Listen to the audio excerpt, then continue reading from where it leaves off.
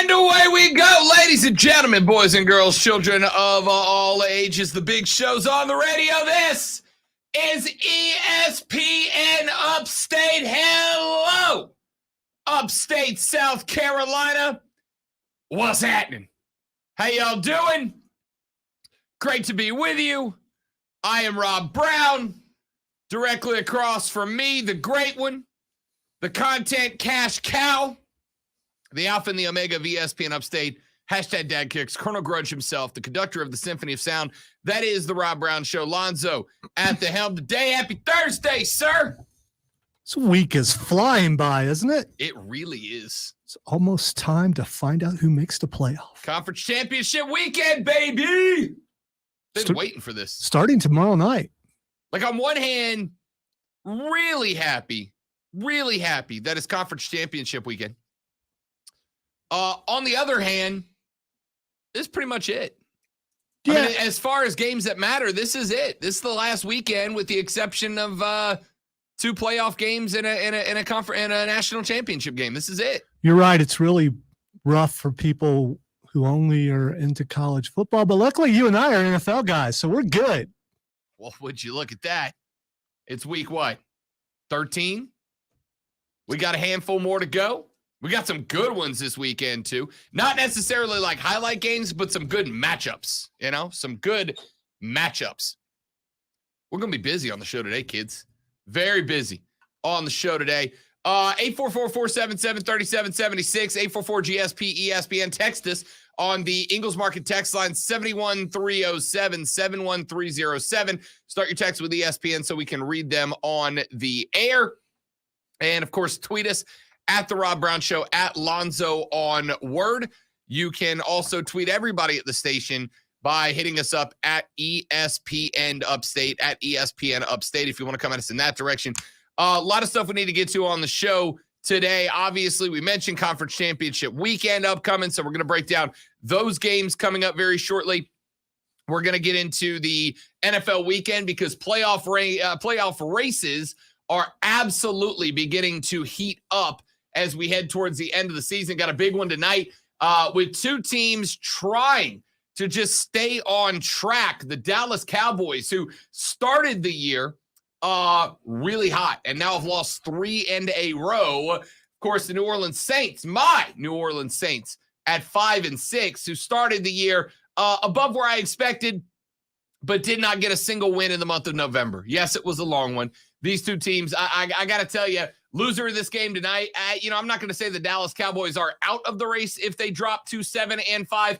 I will say the Saints are if they drop to 5-7. However, if Dallas drops to 7-5, that's going to go a long way towards taking them out of the wild card race. So we're going to keep an eye on that here. Taysom Hill's coming back tonight. He's going to be the difference. They're going to beat Dallas. Yeah, Taysom Hill getting the start tonight. They said we've had enough Trevor Siemian in our lives. It's Taysom time. We'll see how the Storm and Mormon does at the helm this evening. Texter Hurricane Jeff says, Rob, I just wanted to thank you and Lonzo for making my day as opposed to carry a lot brighter and easier to deal with. Thank you guys so much. I just took a bow. You're welcome, Jeff. It's our pleasure, man. That's why we do this. And I humbly shed a tear and promise that we'll strive to do that for you as much as we can. Also last night, while I was out at a local watering hole, I got an opportunity to meet Justin, who said, if I recall correctly, he is a UPS driver.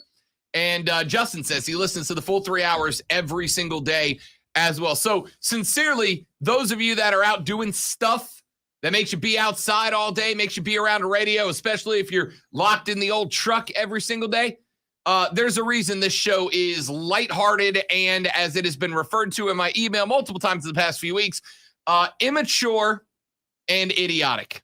That's what we're here for. Wow. Immature, idiotic, and ill-advised yet entertaining. And award. I was going to say, do you think next year when we pick up our Sports Talk Radio Show of the Year trophy, we can have them etch idiotic and immature into it underneath where it says South Carolina Sports Talk Radio Show of the Year? Well, here's what we can. When they put the names to put on the trophy, we can just do. You pick which one you want. Rob Idiotic Brown and Lonzo Immature slash no, last let's go name. immature Alonzo because Okay, I don't go put with my. that. I'm a one name guy. You know. Texture said, so Rob, how was Hawkeye? I did watch all 3 episodes. You're welcome in No, advance. no Talked way. about that in the last hour. No way. Absolutely. Absolutely. I swear if anything happens to that dog, I'm burning the MCU to the ground. It's a weird day. If anything happens to that dog, I'm taking the MCU down. Pizza dog rules. He's going to be all right. Let's do that thing we did to start the Sports Talk radio show that has won an award now. Let's do lunch. This is a very nutritious lunch. All the food groups are represented. You guys are here. What in the wide, wide world of sports is going on here?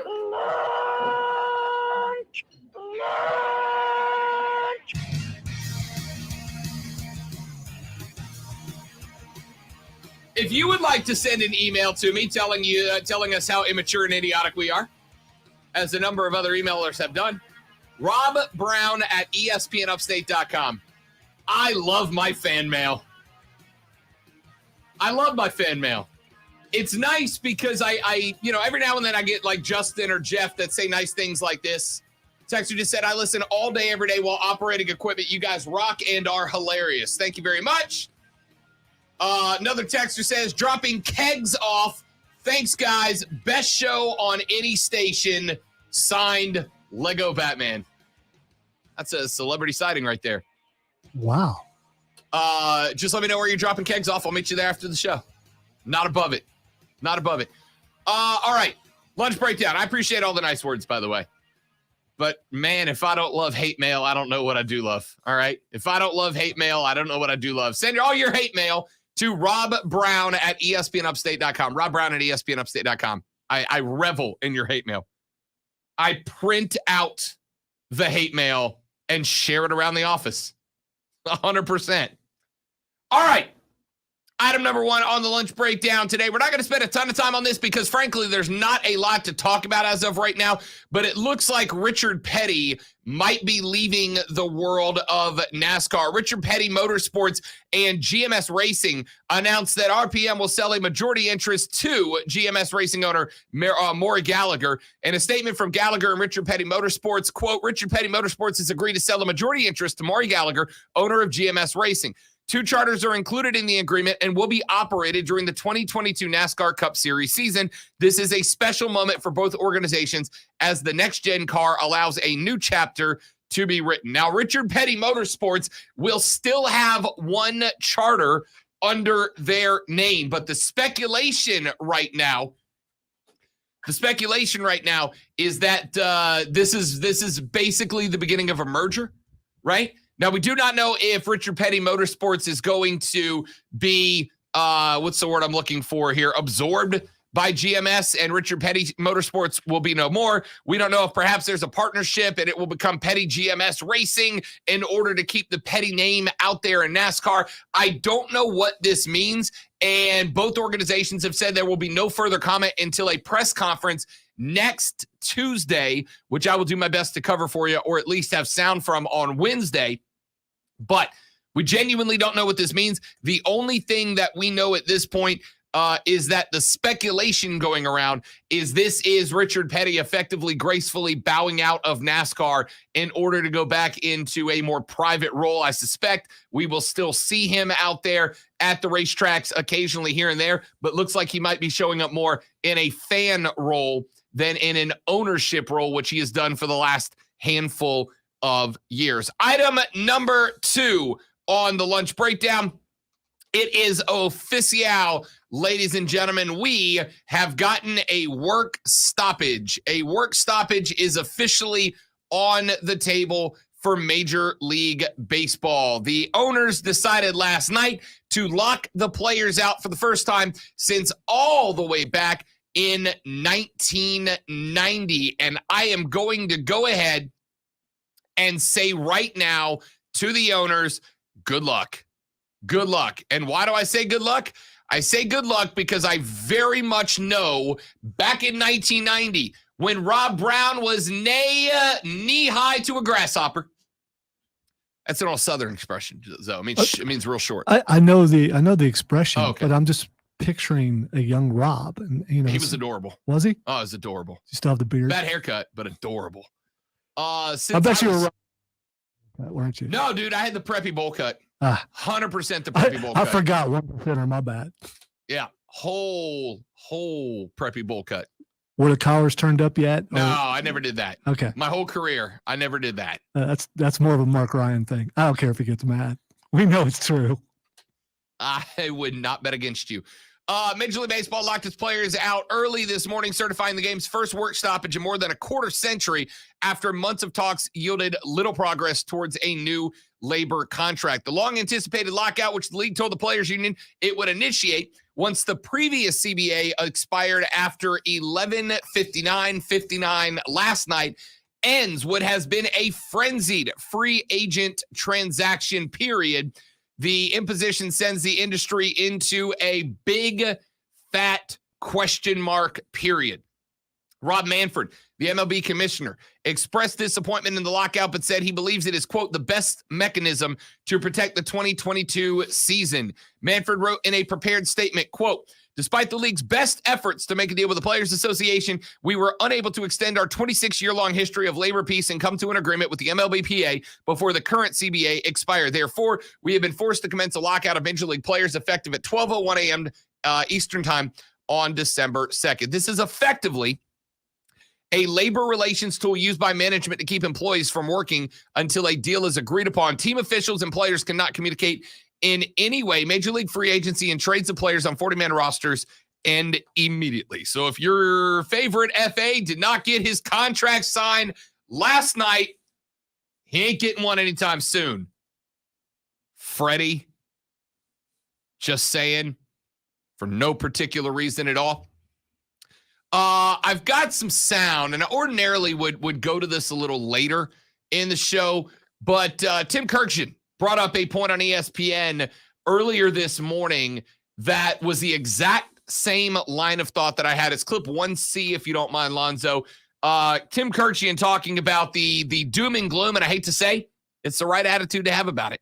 Right, and this is not a good time for the lockout in baseball. Baseball's still the best game, but it has fallen below football, below basketball, and in some places below hockey as far as interest in fans. It's become a regional game, not a national game. I'm not sure baseball can handle an extended lockout that goes into the Major League season. Are fans going to come back? I'm not positive this time. How many conversations did we all have with fans of the game who, after the 94, 95 strike, said, in 2021, I never went back. I'm sorry. I still haven't gone back. After canceling the World Series, we'll see if this gets done, and then we'll see what the short and long-term effects are.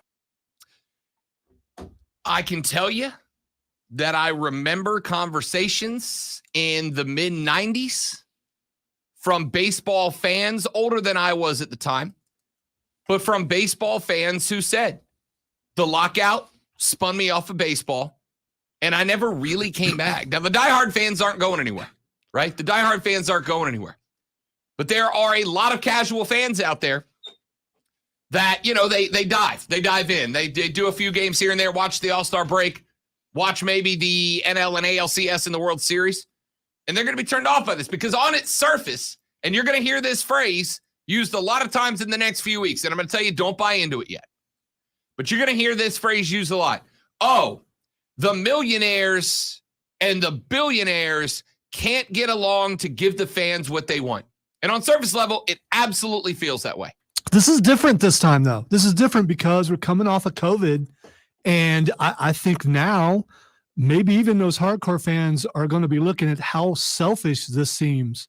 After, you know, sports was nearly canceled, fans couldn't go, finally got it back, got some semblance of normalcy, and now you're taking it away again over money. It's never a really good look, but I think it's a worse look coming off of COVID. I agree with that entirely. I absolutely agree with that. It is a worse look coming off of COVID. Ain't no doubt about that. Especially considering last year, we kind of got a vibe for what it would feel like if baseball, you know, didn't have its fans. It was weird. And to have it back this year was tremendous. If they don't get it together, we're going to hear some more audio later from Buster Olney and Doug Glanville of ESPN as well. Glanville said one agent texted him and said he told his clients I'll talk to you around Flag Day of next year. They genuinely feel like this may actually threaten as much as half, if not more, of next year's season. We're going to talk about that more in depth later on in the show as well, but I want to get to item numero tres on the lunch breakdown. The college football playoff board yesterday met at a hotel room to try to decide if they were ready to announce plans to expand the playoffs to up to 12 teams. And what they came up with was nothing, no movement, no decision. They've decided to put it off yet one more time again, and now it will be at the earliest January before they make any sort of announcement. Only a month away, but a long month away during the college football championship weekend. The CFP's Board of Managers met yesterday and were unable to agree on an expanded format, and instead will meet again in January at the national championship game in Indianapolis. Wednesday's meeting was the group's sixth in-person gathering since the CFP announced back in June it was considering the expansion. That included 2 meetings in Chicago, 4 more, as yesterday's was in Texas. Another meeting now looms in Indianapolis, where the 11 presidents and chancellors who make up the CFP's management committee and have the ultimate authority to change the format will also meet alongside the board. Greg Sankey said, quote, "I am prepared to head a direction others are not. At some point, we have to make decisions. I came here ready to make a decision, but I understand the need to do some more work, so I'll respect my colleagues in that regard." Big 12 Commissioner Bob Bowlesby said, quote, "I thought there was a chance we'd get to the end today. We didn't, and there were good and appropriate reasons why we didn't," end quote. Long story short, the vibe coming out, we're going to hear from Heather Dinich later on in the show. She is actually in Texas covering this meeting, or was in Texas covering this meeting. It feels like what it came down to is that the group of 5 commissioners that were in the room basically said, whoa, hold up, wait a minute. If you give automatic qualifiers to the Power 5 conference champions, you are effectively locking up 5 playoff spots, which could go to teams that do not deserve it more than group of 5 teams. What does he mean by that? Well, I think he's looking at this year perhaps, or probably I should say, looking at Oregon and Utah, right? Oregon and Utah play. Utah is only a 2.5-point favorite, by the way. We'll make our picks coming up in the second hour of the show. Oregon and Utah play for a Pac-12 championship this weekend. If the 12-team format that had initially been discussed was in play this year, Oregon or Utah would be going to the college football championship playoff. Now, I'm not saying there is a group of 5 team out there that deserves a chance to go ahead of Oregon or Utah, but the point is, in other years, there might be. There could be a potential that there's a group of 5 team that is undefeated, but is not a conference, or excuse me, is, let's say, 11-1, really good.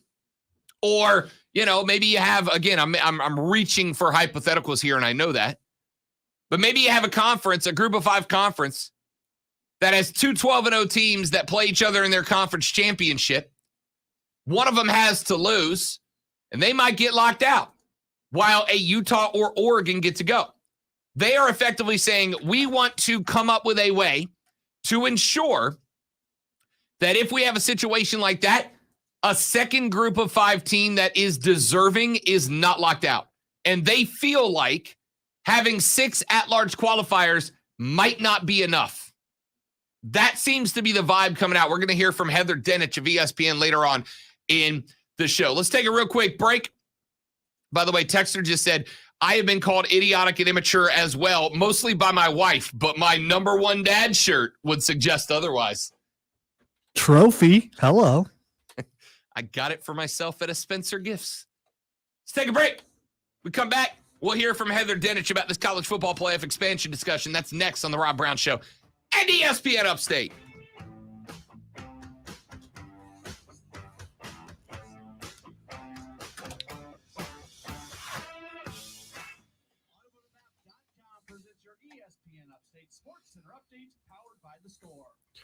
I'm still floored, taken aback, whatever you want to say, by the fact that you actually watched all 3 episodes. I stayed up till 2:30 this morning watching them. What time do you normally go to bed? 2:30.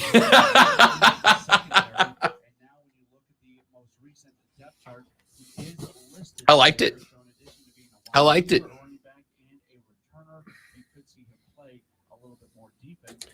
There have been a lot of complaints that people thought this was going to be about Hawkeye, and it is, as I've said many times, because she becomes Hawkeye. Yeah. So it is about Hawkeye. Yeah.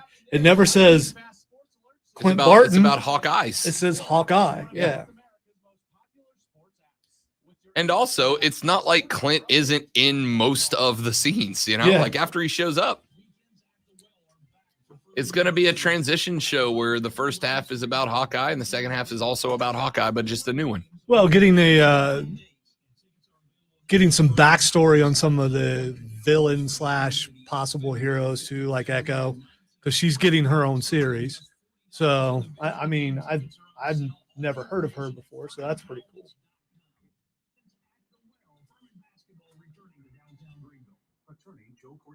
New school, new job, new home. Change is hard and can leave you feeling isolated.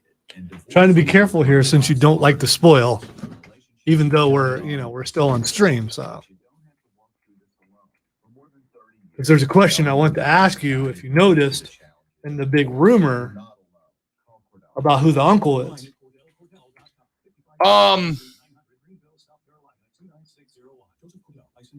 I know only in that I came across a Reddit thread that introduced me to the villain from the long ago comics. And then at that point, I'm like, not many guys I haven't heard of. Maybe not like know them, but like haven't heard of. And I'm like, I don't remember this. And I looked it up and I'm like, all right, that's it. He's a large man. When he reaches out and yeah, he's a large man. So that I want a spinoff show just about the Tracksuit Mafia. I just want a traction, not even the Tracksuit Mafia, just the big Russian guys. Yeah, I want a spinoff of just the Russian guys. The fact that they put bro in their bro. moving bro. Service thing on the side of their vans. Get another quarter, bro. Yeah, that's torture. Putting two people on one of those horses. That was on the unicorn. That was hilarious. This feature is sponsored by Indeed. If your seasonal hiring needs are covered, then you don't need Indeed. Indeed is the smart. Did you enjoy the Imagine Dragons joke, or were you offended? I don't have strong feelings either direction about Imagine Dragons, so I found it I liked the joke. It was a good joke. Okay. I don't have strong feelings about them as a band either way. Like, I'll listen to their stuff, but I'm not going out of my way for it. Apparently, I was watching a Nerdist thing earlier. Haley Steinfeld, in another series she's in, Imagine Dragons is very prominent in it, and she's very positive about it. So it's kind of an inside dig, right? Her doing that. See, shouldn't say anything. Now Tracy just Googled it, so it's kind of like we just, yeah. Looking fresh, Zoe. Maybe you can drip some of that swag over on Rob. First off, I have the same hat. Yeah, Rob's is dressed up today. Yeah. I have a date after the show, so I had to dress like an adult. Not after the show, after work. I'm an adult. I've got a handful of messages from some of you guys that are out there that are working outdoors, working in cars, working in vehicles, operating equipment, sending messages to tell us that you listen to the show. And I say this sincerely. I'm not doing this to pat myself on the back. I'm doing this to sincerely express my gratitude to you guys. Thank y'all, sincerely. Like I've been there and I've done the outside for 8-9 hours gigs. And I know that when you're out there doing that you're looking for a way to kind of, have a little side humor and get through that time. And the fact that you have picked Lonzo and I and this show to accompany you for a couple of hours in the day means the world to me. So sincerely, thank you guys very much. James and Gator Bill and Lego Batman and all these guys that are texting in and tweeting into the show to tell us that you're operating equipment or delivering kegs or driving a UPS truck or wwhatever you're doing. I appreciate you. Lonzo appreciates you putting the show on and listen to this. Thank you very much. Hey, the fun that we have, we hope that you, because we are genuinely having fun. So I'm glad that you're here. This is not manufactured. Some shows will manufacture fun. We're having fun. No, we just you get what Lonzo and I are in the office too. We just bring it on the mic. Texas says, Rob, I work from home, and when I take my hour and a half to 2 hour lunch break. Hey, when you work from home, you can do that. Whatever the hell lunch break you want. Absolutely. Good on you, pal. That is not judging or hating. That is raw jealousy. Hey, the boss said, when employees work from home, productivity goes up 40 to 45%. I'm just saying. Sean texted and says, y'all are my besties. Aw, BFFs. Heart sign. I'm fist pounding the feed. All right, Heather Dinich was in Dallas, Texas, y'all. Going to the Big D, and I do mean Dallas. She was covering the college football playoff managers meeting yesterday. They had a chance yesterday to put a green check mark next to the first major hurdle for college football expansion, which is to get that approval, and it has to go to the College Football Playoff Committee, which is made up of 11 school presidents and chancellors. Then they have to sign on it. And between both of those groups, it has to be unanimous. Well, yesterday we have officially learned it was not unanimous. Somebody in that room, at least one person in that room, decided that they did not want to approve the 12-team playoff format, at least in whatever proposal had been brought to the table yesterday. Heather Dinich was there. Here is what she had to say about it. This was their 6th in-person meeting since the CFP announced that they would consider a 12-team format. Their 6th meeting, and they're going to table it. They're going to wait, talk about it more, have another meeting in January at the national championship game in Indianapolis. The sticking point, a major sticking point, is automatic qualifiers. There is some support in the room for a 12-team model that has 5 guaranteed spots for the Power 5 conference champion and 1 more guaranteed spot for the group of 5. There's significant pushback within the room from some, definitely from the group of 5. Mountain West Commissioner Craig Thompson said you can tell that there's a division with the 5 and the 5. So there's pushback on that. There are still issues in terms of bowl contracts. Remember, this has to be unanimous. And SEC Commissioner Greg Sankey has been very clear that he's in favor of 12. He's in favor of 4. As for anything in between, not so much. So the format remains a sticking issue. Craig Thompson said that 8 is still a possibility, and others weren't so convinced of that. So there's Heather Dinich saying that the formats presented just weren't good enough for some of the groups. And it looks like the group of 5 guys might have been the ones who kind of railroaded this just a little bit, which doesn't shock me all that much. It's like I mentioned, I gave you the metaphor, or excuse me, I gave you the hypothetical in the last segment, which said, hey, look, you're a group of 5. You're doing whatever you can to make sure that you have as much access to the playoff as you can. And this is why the Cincinnati Bearcats fans, or excuse me, I should say the Cincinnati Bearcats program has been pushing so hard to try to get this going. The reason they've been pushing so hard is because that making a playoff is a program-changing amount of money for a school like Cincinnati that does not have the resources of Georgia, Alabama, Notre Dame, Oklahoma State, Michigan. Making the playoff is a program-changing amount of money. It also is going to bring a redonkulous amount of press both to the Cincinnati Bearcats and to the CAA and the other smaller conferences if they can start sending teams to the playoffs. So that's why the group of 5 guys aren't going to go along with this.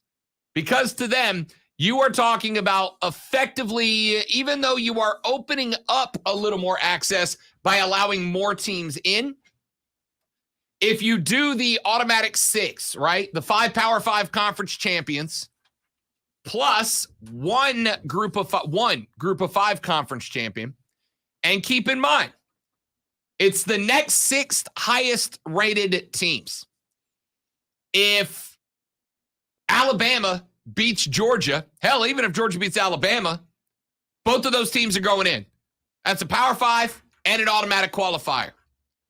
You got Michigan, but you got Ohio State, who is now dropped inside the what? Down to 8 or whatever it was in the college football playoff rankings? 7. There's another at-large spot automatically built in by the Big Ten. You got the Big 12. You got Oklahoma State. You got Baylor. You got Oklahoma. They could take away 2 more of the automatic qualifiers. And then the SEC still has Ole Miss in there. There's another one. And if I'm doing my math right, which I usually don't, there's your 6 automatic qualifiers, right? If Cincinnati loses to Houston this weekend, they're probably out, and there ain't a group of 5 team going at all. Or excuse me, what? I guess Houston would? I don't even know how it works. Point is, the reason the group of 5 teams are so against not expanding to 12, they're absolutely going to be in favor of expanding to 12. But they're in favor of expanding to 12 in a way that doesn't still have a heavy tilt. I'm talking 85, 90% tilt towards taking care of the Power 5 conferences.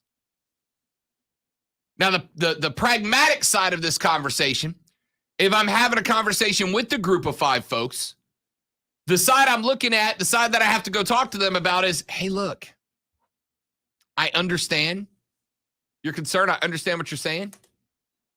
You guys have had since 2010, probably what, 4 total teams that people looked and went, they deserve a shot. Cincinnati looks like they might,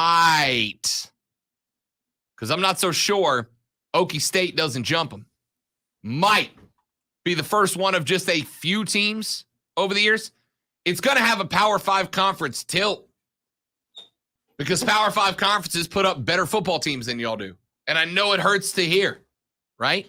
I know it hurts to hear.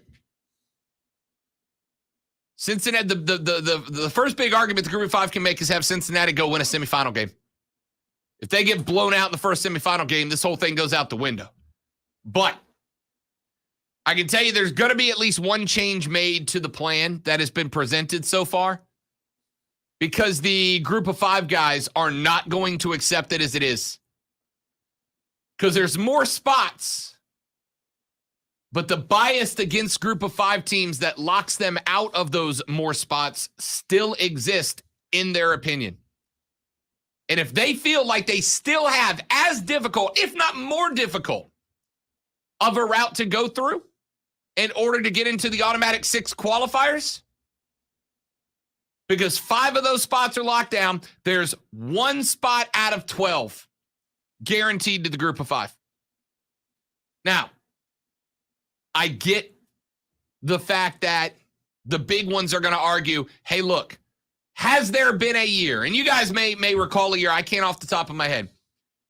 Has there been a year where there has been 2 group of 5 teams that at the end of the year, we all said should have got a chance? When UCF made a run, was there anybody else? When Boise State made a run, was there anybody else? Right now alongside Cincinnati, is there anybody else? That's why it's 1. Now, could you end up seeing Power 5 champions, top 2 ranked group of 5 champions, and then 5 at-large bids? Might that kind of settle them down and get them on board? I genuinely don't know. I don't know. And I think there's a reason that these doors are effectively being held behind closed doors, And the only reason we're hearing anything about said meetings is because the Bowlesbys and the Sankeys of the world are immediately stepping out of that door, finding Heather Dinich and saying, here's what went down, here's our viewpoint on it, because they are trying to control the story. Name me a group of 5 conference commissioner. Just name me one. They don't have any sway in this story, which is why it's interesting. Text says ESPN, they should give automatic bids to Power 5 winners, and then 3 guaranteed to group of 5. That's 8 in, then 4 remaining highest ranked also included.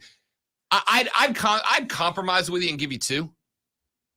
I'd say Power 5, 2 group of 5 conference champions. The problem is, and I'll look at this during the break because I don't know off the top of my head.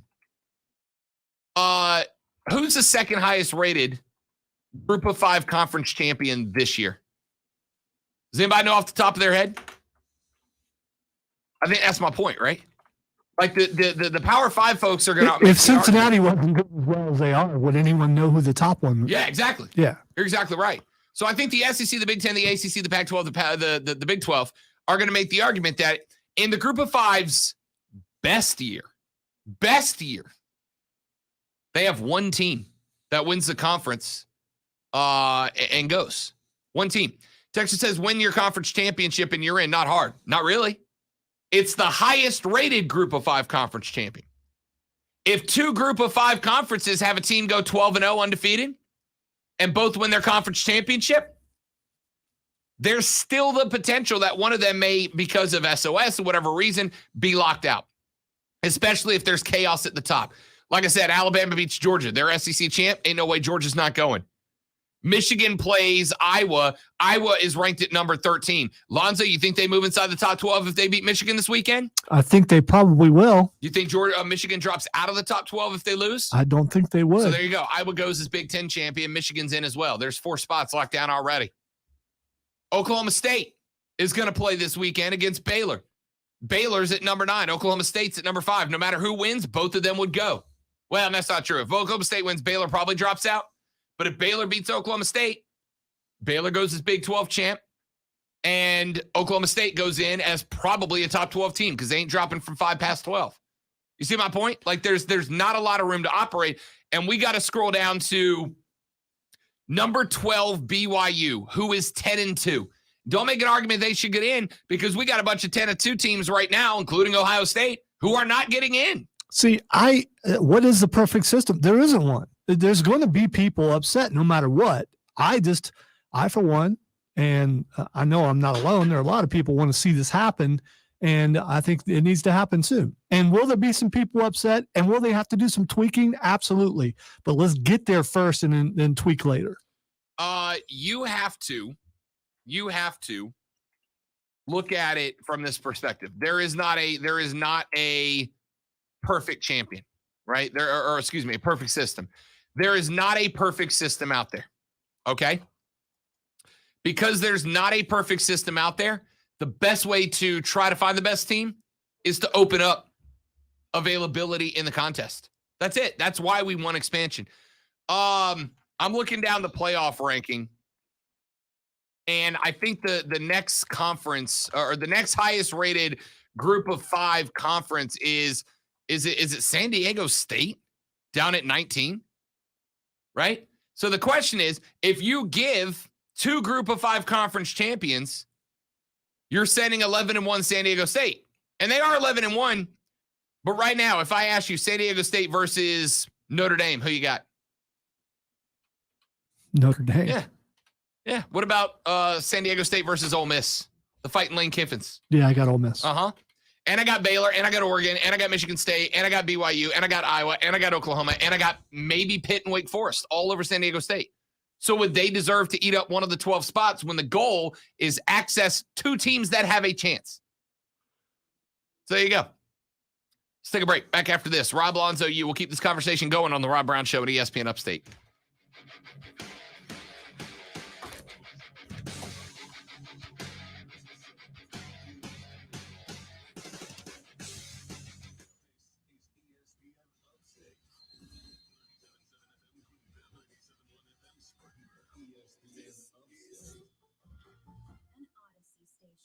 Do you really want to go through another year with that awful joint pain? Don't do it. Resolve right now to get yourself moving again for 2022. Hey, it's Charlie James. It's time to call QC Kinetics. Non-surgical regenerative treatments for joint pain. We're talking lasting results using natural biologics. No surgeries, no pain meds, no steroids, and no downtime. This is really exciting stuff. Regenerative restorative treatments that actually encourage your body to heal itself using highly concentrated natural biologics. Patients are raving about it for hip pain relief, knee pain relief, shoulder and back pain relief. Don't let them keep giving you steroids, and don't let them tell you surgery is your only option. Get a free second opinion at QC Kinetics. Do it now and imagine life in 2022 without pain. Call the local medical professionals at QC Kinetics now. 864-448-3772. 864-448-3772. That's 864-448-3772. Finding great candidates to hire can be like, well, trying to find a needle in a haystack. Sure, you can post your job to some job board, but then all you can do is hope the right person comes along, which is why you should try ZipRecruiter for free at ZipRecruiter.com/free.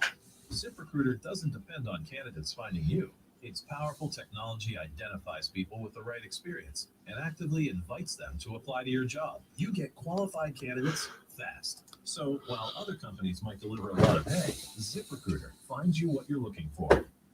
The needle in the haystack. 4 out of 5 employers who post a job on ZipRecruiter get a quality candidate through the site within the first day. ZipRecruiter, the smartest way to hire. And right now, you can try ZipRecruiter for free. That's right. Diddy is covering for me the week of Christmas. Okay, perfect. ZipRecruiter.com/free. That's ZipRecruiter.com/free. ZipRecruiter.com/free. Although I got to get someone to cover for him this weekend on Sunday. Yeah.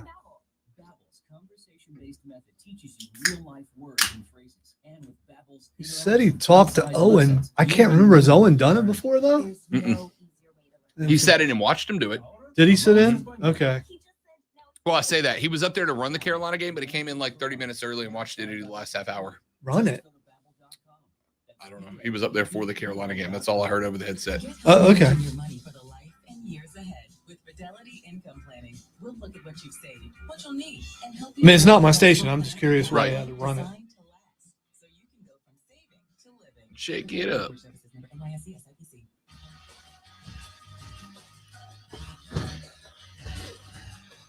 This is Sports Center. I'm Christine Lisi. Hours after Major League Baseball locked out players, Commissioner Rob Manfred said at today's news. So we finally got this back, and they actually have it recording at a decent level. Cool. Manfred also expressed optimism a deal on a new CBA will get done to end the lockup before regular season games are threatened. Union head Tony Clark has a news conference planned for later today.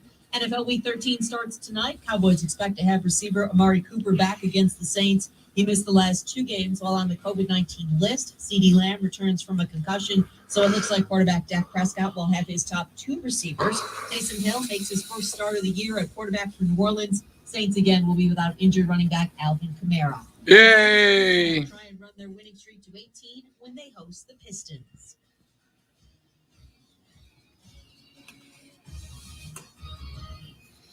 Calling for GSP.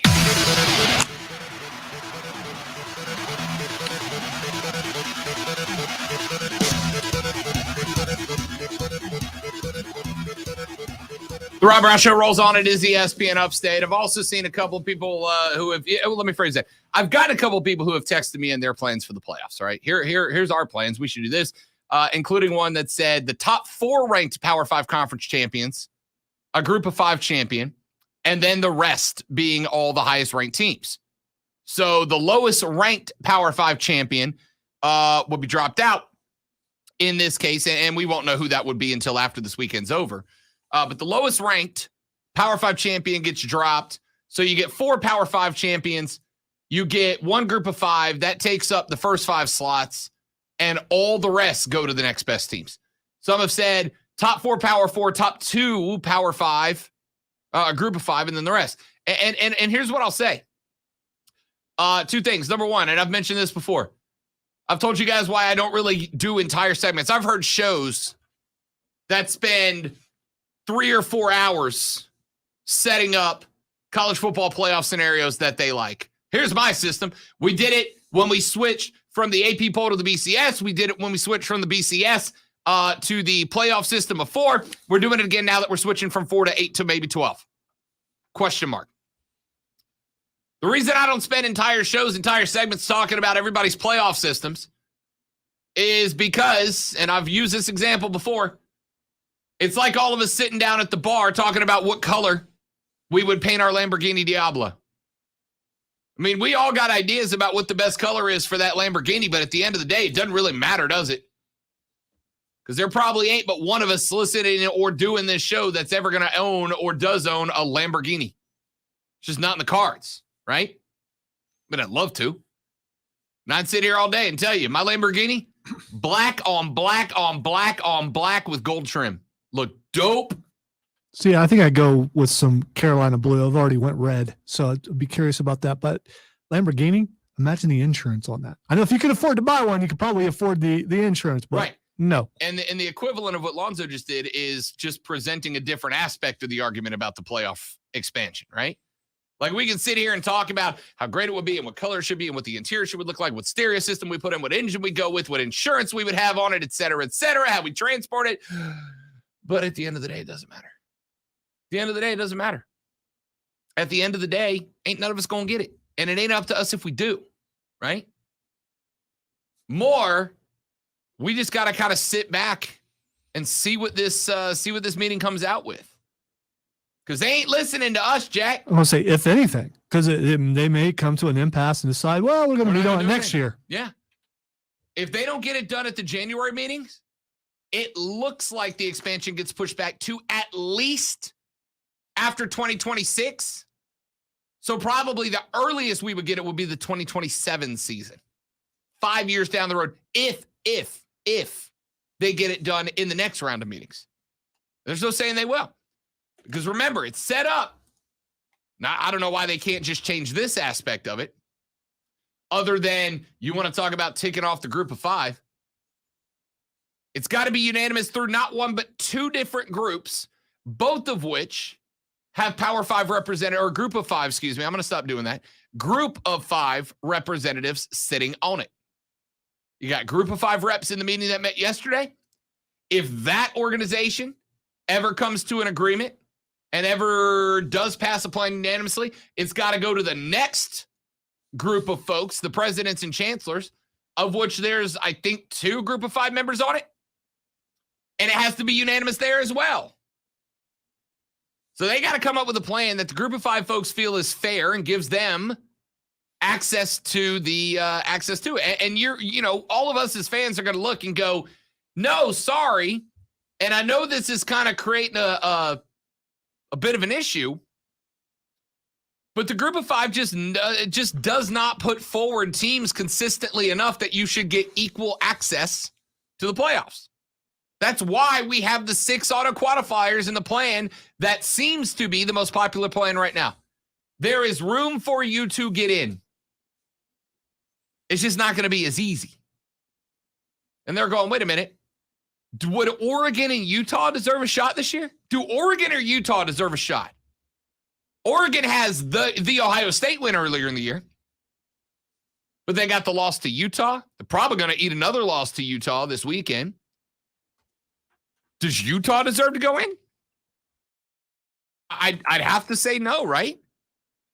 I'd have to say Utah doesn't impress me as a potential champion. They lost to San Diego State. They ended up losing to Oregon State, who's unranked. They had a nail biter against Arizona that they didn't pull away until late. Arizona's unranked. Does Utah deserve? So the group of 5 folks are going to look at the Power 5 folks and go, you are opening the door for Utah and Oregon to get in and telling us that we have to have one team go 12-0 and play a difficult out-of-conference schedule to get in, and nobody else even has a shot because y'all aren't going to rank anybody else high enough to get in there. It's a fair discussion. All right, let's take one more break. We'll come back. We'll wrap up hour number 1. When we come back in hour number 2, got a bunch of stuff to talk about. We'll open with the talk about the MLB lockout that is officially on. Roshan Joswell from the Greenville Swamp Rabbits is going to join us at 1:20. We'll talk some upstate hockey with him. Lonzo and I will review last week's picks and make this week's picks. Then at 2:20, Fight Club as well. We're going to be busy. Stick around. The Rob Brown Show's on the radio. It's ESPN Upstate.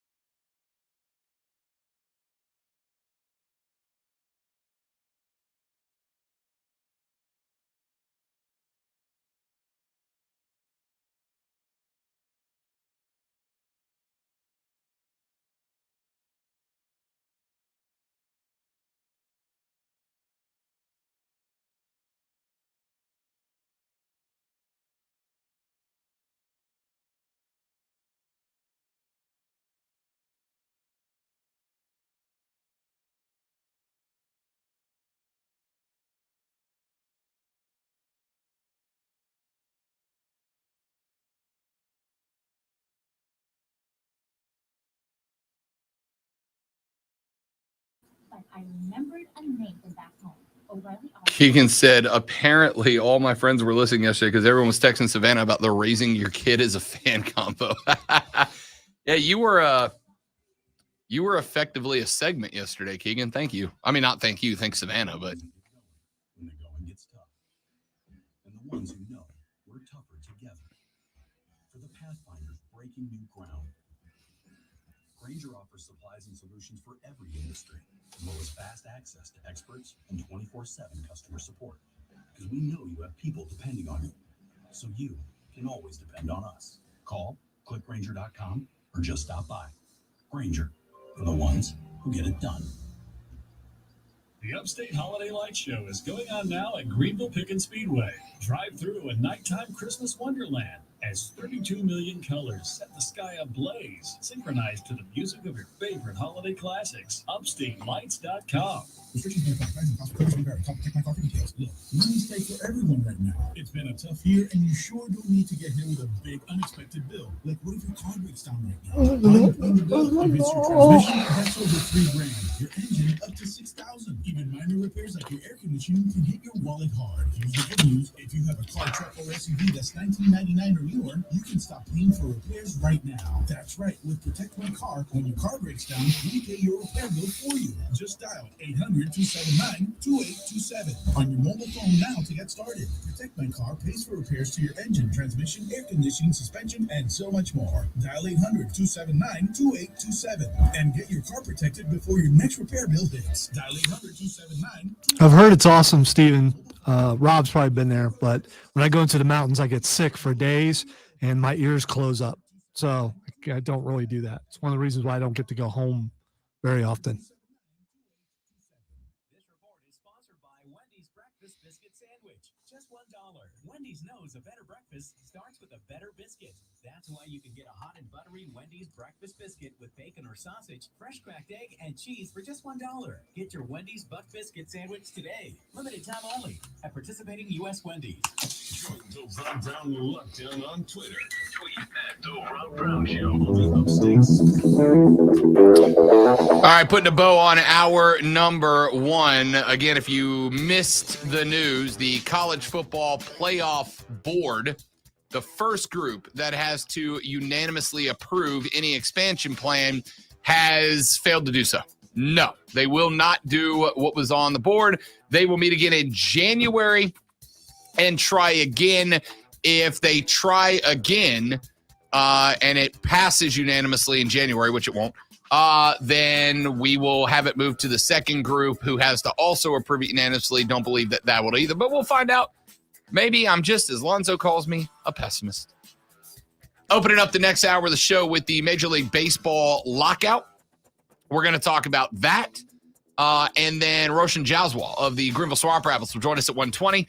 Our picks to fill up the back half of the hour. Fight Club at 2:20. And yes, I watched Hawkeye, and I'll give you my thoughts. All coming up on the Rob Brown Show at ESPN Upstate.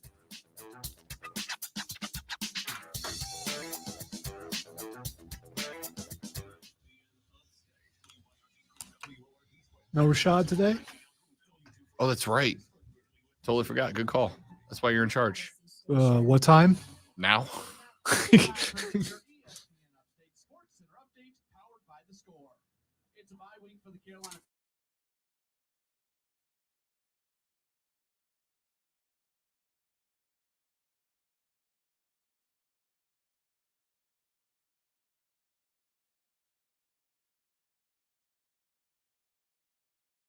In the secondary.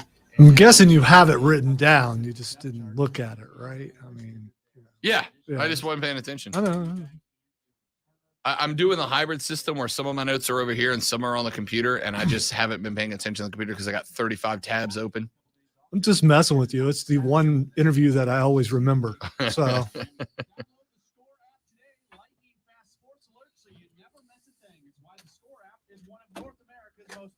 Sports apps. With your ESPN Upstate Sports Center update, I'm Matt Pauley. Have you heard the Rob Brown Show? Can they coexist, says Lonzo? I have this sound clip of Kevin Durant in a press conference after the trade was announced. This is what happened. QC Connects in first break. Okay. Can I speak to Rashad, please? Nothing much. How are you today? You sound very sure of that. Yeah. That's what I figured. Unfortunately, reality is something we have to speak of. All right, hang on.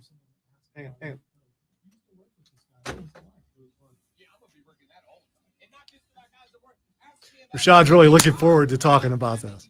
I'm sure he is.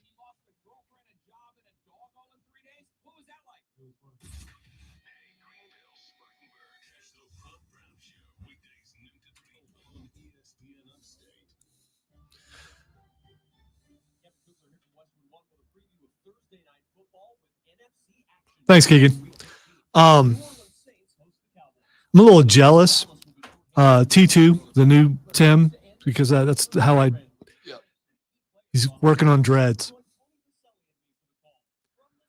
Lisa won't let me get dreads. I just want to try it, you know? You don't, and here's why. Because when you're done with dreads, you don't just like uncurl them. You just have them, and so if you're ready to be done with them, you have to cut them off all the way to the hair.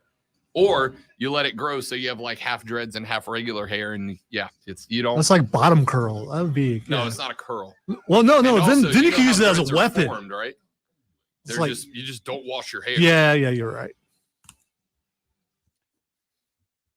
Here we go. Second hour of the Rob Brown Show goes now. It's ESPN Upstate. I'm Rob Brown. Lonzo at the helm. Be a part of the show at 844-GSP, ESPN 844-477-3776. To the phone lines, we go to welcome a young man who is the host of the Panther Nation podcast, which you can find on Twitter at Panther Nation PC, or subscribe to their YouTube channel. Just search Panther Nation podcast on YouTube, and make sure you follow my man, Rashad Beard, who joins us now on the Rob Brown Show and ESPN Upstate. Shad, what up, fella? Rob, I'm good, man. I wish times were better in Panther Nation, but it is what it is, and I guess I'm as good as I can be at the moment. All right, let's dive into it. We came into the year, it was, hey, maybe we're potentially a wild card team. Team found some confidence a few weeks into the season. Then all of a sudden I was getting folks saying, oh, we are a playoff team. We gonna win a wild card. And now CMC's done for the year. Cam looked atrocious last week. That offensive line is not good, Rashad. Just not good at all. Is this season a wrap? Listen, it's not over till it's over. But yeah, I'm a guy of trends, and it doesn't look good. We're about to hit the toughest stretch of our season. We have not won games that were winnable, in my opinion. And yeah, I think it's going to be very unlikely that we are a playoff team. But it's not over until it's over. But yeah, it's not looking good. We're talking with Rashad Beard, host of the Panther Nation podcast here on the Rob Brown Show and ESPN Upstate. Let's start with Cam, right? Cam comes back the week before Arizona, comes into the game, a rush and a touch, comes out last weekend. Then they lose to Washington, but a close game against a Washington team that is trending upwards, against Ron Rivera, who knows Cam maybe better than anybody else. So it's kind of like, all right, we're in about an evil place. Man, that was brutal. That was brutal against Miami. And Rashad, I'm gonna cut you off before you even say it. I don't want to hear anything about Miami winning 4 in a row because they beat 2 really bad teams and a very banged up Baltimore club. Taught me off the ledge that I think it's disaster in Charlotte of that Miami loss. Yeah, I mean, it's bad. Listen, Miami is streaking at the moment, bro. They played some not so good teams, but they did beat the Ravens, and I think we're a decent team. That taking nothing away from Miami. They just out-coached us, out-schemed us, and it was bad across the board. It's really awful when your coach, and I'm talking about Coach Rule, comes up to the podium the day after the game and says, hey, they did exactly what we said they were going to do. Right? How does that sound when your coach says they did exactly what we said they were going to do, and you couldn't stop it, right? They did a cover zero blitz, meaning they put 9 guys in the box, and they just blitzed us all game. And you can talk about Cam's performance. Listen, I don't look at things in isolation, like a casual fan would. I understand how bad this offensive line is. And listen, you said it earlier. We've been talking about this as a weakness going into the season. We knew it was going to be bad. They did play a couple of good games, but the mark of this team is inconsistency, and we've seen inconsistency in the offensive line all season long. They'll put a good game together, and then they'll just look terrible. And we just got out schemed. Like Miami just blitzed us to death. We couldn't stop it. We did beat them one time with a big pass to DJ Moore, but outside of that, we couldn't get anything going. And Miami said, "Hey, we're going to put 9 dudes in the box, and we're going to dare you to beat it." And we could not out scheme it. Like, we get out coached consistently in each game. We go back to the football team game. We got out coached. We don't adjust. We don't adjust well. We're one of the worst second half teams on offense in the league. I think we ranked 31st this year. We ranked 29th last year. And we're not improving. We are not improving. And I look at the trends, and we're just getting out coached. Bottom line, I think we have the talent on the team in most areas. Obviously, the offensive line is one of those areas we do not have the talent. But in most areas, we have the talent, and we're just getting out coached, in my opinion. Talking Rashad Beard. He's the host of the Panther Nation podcast, joining us here on the Rob Brown Show and ESPN Upstate. I got to tell you, big dog, concerns me a little bit that you say that, right? Like, it would be one thing if the team was bad. We got bad personnel. We know we got work to do. We know it's going to be a couple of years of good drafts, free agency moves in order to kind of bolster the roster. But you're supposed to be able to at least get rid of the mistakes. And we've been talking about mistakes all year, right? The busted coverages, the inability to block guys coming off the edge, which, again, I don't even put Cam's performance entirely on Cam last week. The guy was just getting hassled every time he took a step away from the center. But if you're just getting out schemed, I mean, that's basic football from Matt Rule's staff, and that concerns me, Rashad Beard. Yeah, no, it concerns me too. And it's basic football. If a team is going to put 9 guys in the box, you have to be able to beat it. And we beat it one time all game.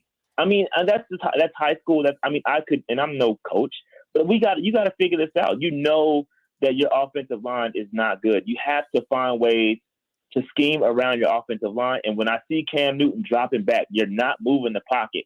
You're not doing basic things to get the football out of his hands quickly, get Christian McCaffrey involved in the passing game, or get any running back involved in the passing game. Those quick dump-offs, I'm just not seeing us. We're talking about offensively and defensively, too, we have some issues. And again, it's just we're seeing us get out-schemed, and we have no answers. We're just conceding. Like, it's just funny when you see the man in the press conference say, "Hey, this is how you beat us." You give the blueprint. Just pressure us, and we can't handle it. We're not gonna do anything about it. And it's just frustrating on our part, and it's tough to watch. It is very, very tough to watch. And I think we do have the talent. I'm saying it again. We have the talent on this team. We should not be a 5-win team at this moment. I personally don't believe that the talent matches the record. That's just my opinion. I feel like we have to get better in coaching. This is not college. You have to be able to figure out and out scheme some guys in the NFL, and I do not see that. Rashad Beard, host of the Panther Nation podcast, joining us here on the Rob Brown Show and ESPN Upstate, talking a little Carolina Panther football. We talked about Cam a second ago. You know, we took a lot of texts and a lot of calls, Rashad, at the beginning of the week from folks that were hitting us up and saying, that's the Cam that the Carolina Panthers got rid of. That's the Cam that we all knew was going to come back at some point. Now that the energy's gone about him being back, he's going to go back to being bad. Man, I got to tell you, look, there were some mistakes. One of those picks was a real bad throw by Cam Newton. But I pin about half of it, if not more, on the offensive line. I don't think Cam had a chance. I don't think you could have stuck Aaron Rodgers back there and gotten a good day out of him. Bingo. It's more than just Cam Newton. And again, going back to what I said when Cam Newton was brought here. What did I say, Rob? I said that I do not expect Cam Newton to come in here and save this team. I said I am more excited about Cam Newton being back in Carolina and getting his just due and going out the right way. That was more important to me than wins and losses. I said that. And there was a reason why I said that. I don't know that we have the right things around any quarterback. Any quarterback needs an offensive line to hold up. Any quarterback needs his wide receivers to run the right route, to beat their man. And when everybody is not doing their job, Matt Rule talks about this all the time. Do your job, do your job, do your job. Folks have to do their jobs. in order for Cam Newton to be successful, or any quarterback, Sam Darnold, Teddy Bridgewater, they need an offensive line and everybody else around them to do their job, and that is not happening. And again, it goes back to coaching, in my opinion. We can talk about that all we want to. Everybody needs to go out there and do their job. And you brought up Matt Rule a minute ago, and I meant to bring this up, is that we also, the biggest thing we've seen in regards to people doing the job is penalties, right? We're the most penalized team in the league. And he had this daggone DBO sign up during training camp, and obviously it's not working. That stuff like that is what irritates me. You put an emphasis on, penalties and not beating yourself, this whole DBO sign, and we end up being the most penalized team in the league. How does that happen? Obviously, it's not working.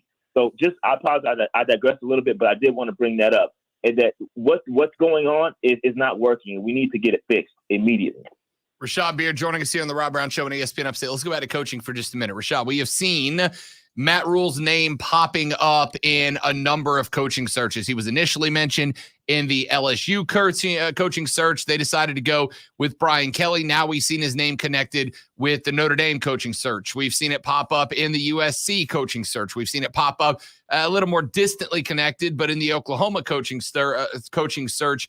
Candidly, as a Panthers fan, you kind of hoping he gets a call from one of those places, or do you think another year of growth in the NFL and a better roster next year might push him forward a little bit? Yeah, so I mean, my personal opinion is that I think that the best way forward will be for him to get one of those jobs, and we can kind of amicably just apart. I think that would be the best way, but I do, in my personal feelings and what's going to happen are completely different. I believe that he is going to get another year. I don't think he's going to voluntarily walk away. I think the only way he goes and takes one of those jobs is if we let him go. And I don't anticipate that happening. I do think that David Tepper is going to give him a full year 3 to make this thing happen. But I mean, in all reality, my personal opinion is that I haven't seen anything to make me get excited about him in year 3. Like, you have to see progression, even in his college build, which you cannot equate. You cannot equate a college rebuild to an NFL rebuild. It's different. They're not the same. All right. And then they will never be the same. And so all these people that talk about, it happens in year 3 in college. Well, this isn't college. He has 80% of his guys on his roster right now in the NFL. You have to coach what you have, right? It's not about recruiting and getting scholarship guys and picking your guys in a hotbed in Texas in Baylor. That's not here. This is the NFL. You have to coach what you have.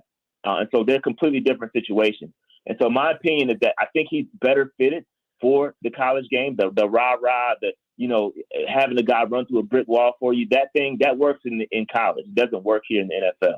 And so my personal opinion is that I hope he gets one of those calls, but reality is I think he gets another year in Carolina. We're talking to Rashad Beard, host of the Panther Nation podcast. All right, so Carolina's got the week off this week. They get to sit at home. They get to come back against Atlanta. If there are games left on the schedule that are dubs for Carolina, I got to think they're against Atlanta coming off of the bye, and then question mark New Orleans on the road. Don't know how healthy they'll be. Alvin Kamara out again today. Taysom Hill getting the start. What are the priorities for the Panthers going into the bye, and what do you want to see them do before they square off with their NFC South rivals Atlanta next weekend? Yeah, my expectation moving forward is I got to see some of these young guys. Yeah, I think it's unacceptable that Brady Christensen, a guy you spent the 3rd round pick on, is not getting opportunities at the left tackle position. You have to get him in at left tackle. That's priority 1. Get Deontay Brown, a guy that was dominant at Alabama. Why is he not playing? I know he was hurt, but he is now reactivated from injured reserve. Get him on the field. Let's see what we have, because at this point, if the way it's going, I'm spending every pick in next year's draft on the offensive line if we don't have anything in these 2 guys. So I need to see those guys on the field. They need to get reps. The only way for them to get better is to see them on the field. So get them on the field. Let's see what we have in those 2 guys specifically on the offensive line. And again, to me, it's just more evaluation at this point. You got to go out there and you have to beat Atlanta, man. You have to beat Atlanta. I talked about it prior. Atlanta's a big game for us. It's our rival, our most hated rival. So we have to get that W regardless. And if we lose that game, honestly, all hope is lost for me personally. I'm pretty much throwing in the towel for the rest of the season. But obviously, I'm going to support my guys. But if we can't win that game against Atlanta, then we got bigger issues. And I think heads may roll if we lose that game. So I think it's a big game. I think it's a winnable game, even with the injuries that we have sustained.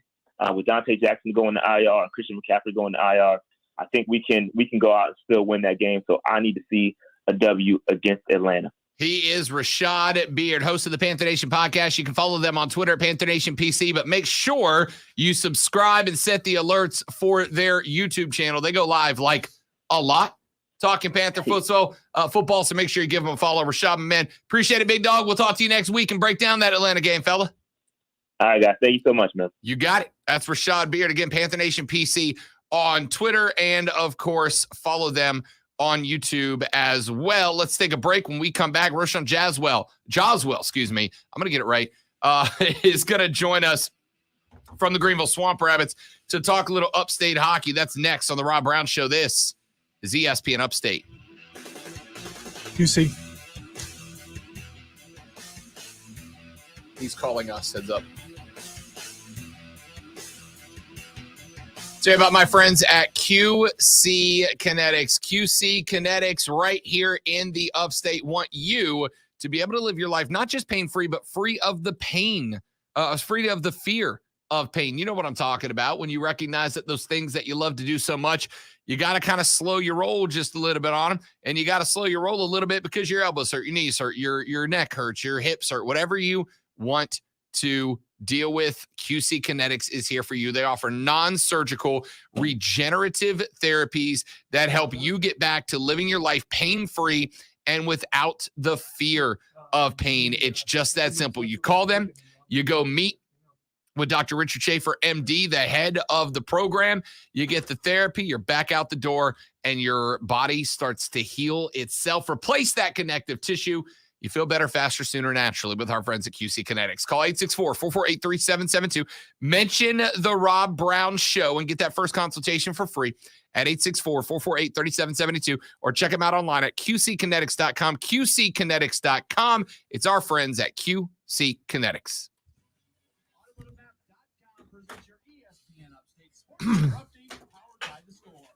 It's a bye week for the Carolina Panthers. They won't play again until December 12th when they are going to match up against the Atlanta Falcons. The Falcons do play this weekend as they are set to host the Tampa Bay Buccaneers. We'll see whether or not Cordell Patterson gets some time on defense. He has said that he would like to work in the secondary. And now when you look at the most recent depth chart, he is listed there. So in addition to being a wide receiver, a running back, and a returner, you could see him play a little bit more defense moving forward as well.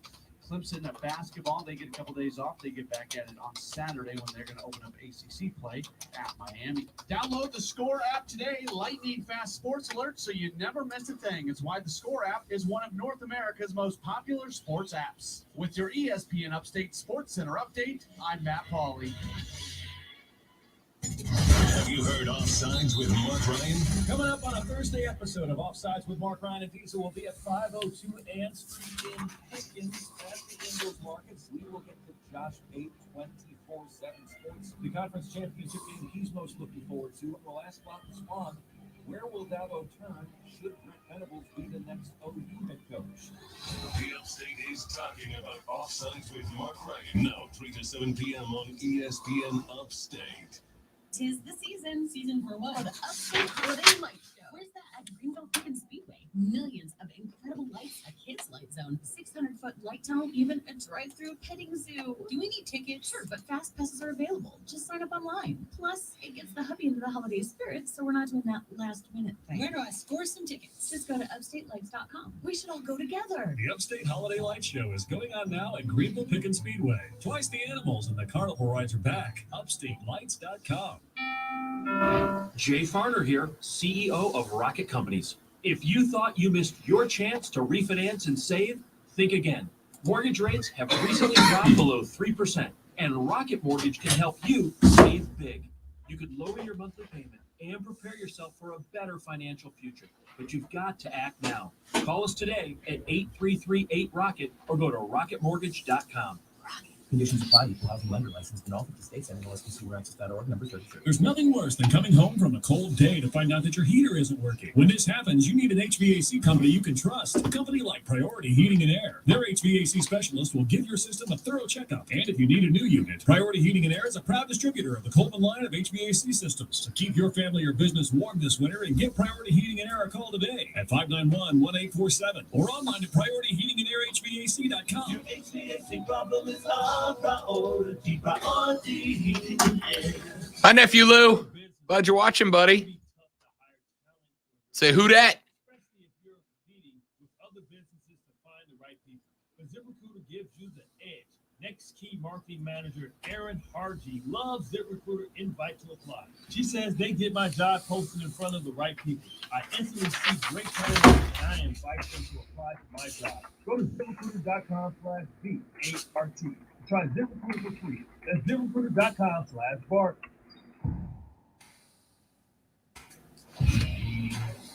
From city streets to back roads, from road warrior to carpooler, there are some things you can always count on, like the reliability, durability, and power of Die Hard. America's most trusted. Well, this wrestling news keeps on dropping. I'm going to have room for things. Start crossing some Roshan, things. by the way, big wrestling guy. So we're going to talk to him a little bit about it.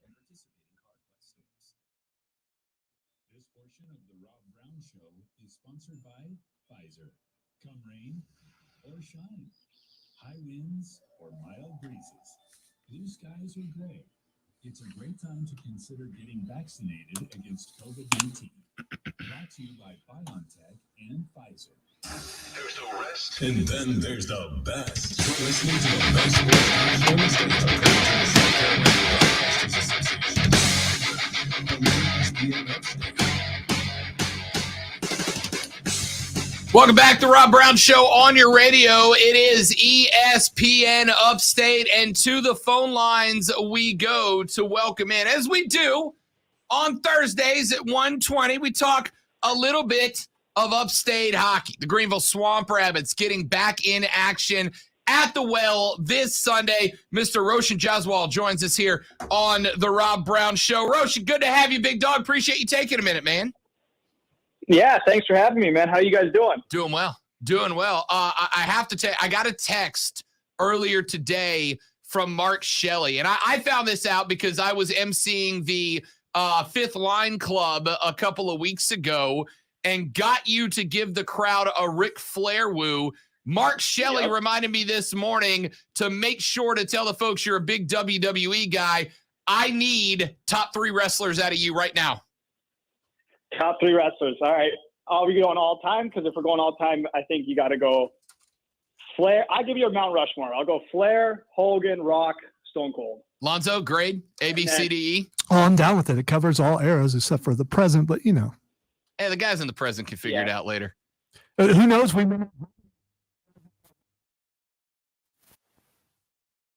I'm a Flair guy. So you giving the woo to the Swamp Rabbits crowd a couple of weeks ago, Roshan, was the best part of the night, big dog. Yeah, that's my favorite wrestler of all time. So I was happy to do it. Love it. Love that we got another wrestling dude in the ranks. It makes my heart happy. Roshan Joswell is a defender for the Greenville Swamp Rabbits, joining us here on the Rob Brown Show and ESPN Upstate. And obviously, Roshan, you guys have been on the road quite a bit. You had a good road stretch to start. Few games back at the Well, another road stretch, including a game on Thanksgiving night at Atlanta. Now you're heading back to the Well on Sunday. When you've got these long stretches of road and away and back and forth, how does that impact? How does that impact you as a player? How does it impact you guys as a team when you've got to spend so much time away from home and then come back for a stretch here and there? When they spread out like that, how does it impact you guys as a player and as a team? Yeah, I know, when you're going on the road and coming home and going on the road, it's a little tough on the body and even mentally for some guys. Guys have families here and wives and girlfriends. So when you can come back home, it's always nice, but it's a little tough getting on the bus. And just for example, this weekend we're going Friday, Saturday in Charleston, and then we got a quick turnaround Sunday afternoon game here. So it can be a little hard on the body, but that's the name of the game. So we kind of get through it, but it's a little tough for sure. Roshan Joswell joining us here on the Rob Brown Show. He is the defender for the Greenville Swamp Rabbits, talking a little hockey with us. What is your experience in Greenville been like? I always, I've told people on the show before that one thing I love about this community, I'm relatively new. I'm coming up on my 2-year mark here. I think this place has a really special connection between the community and the professional sports team in it, unlike some cities I've worked in the past. What's that relationship been like for you as a member of the team to kind of see the connection between the Swamp Rabbits and the Upstate?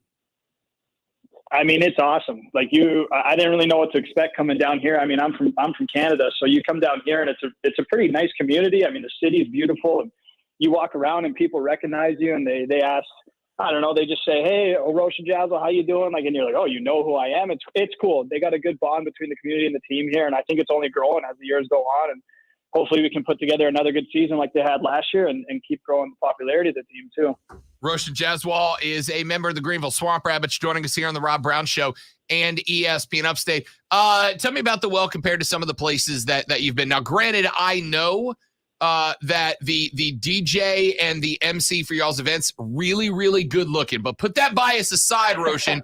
Talk to me a little bit about what it's, because especially in the South, right? Like most people down in this neck of the woods, we don't grow up with hockey. It's not a sport that our high schools play. It's not a sport we have a lot of access to.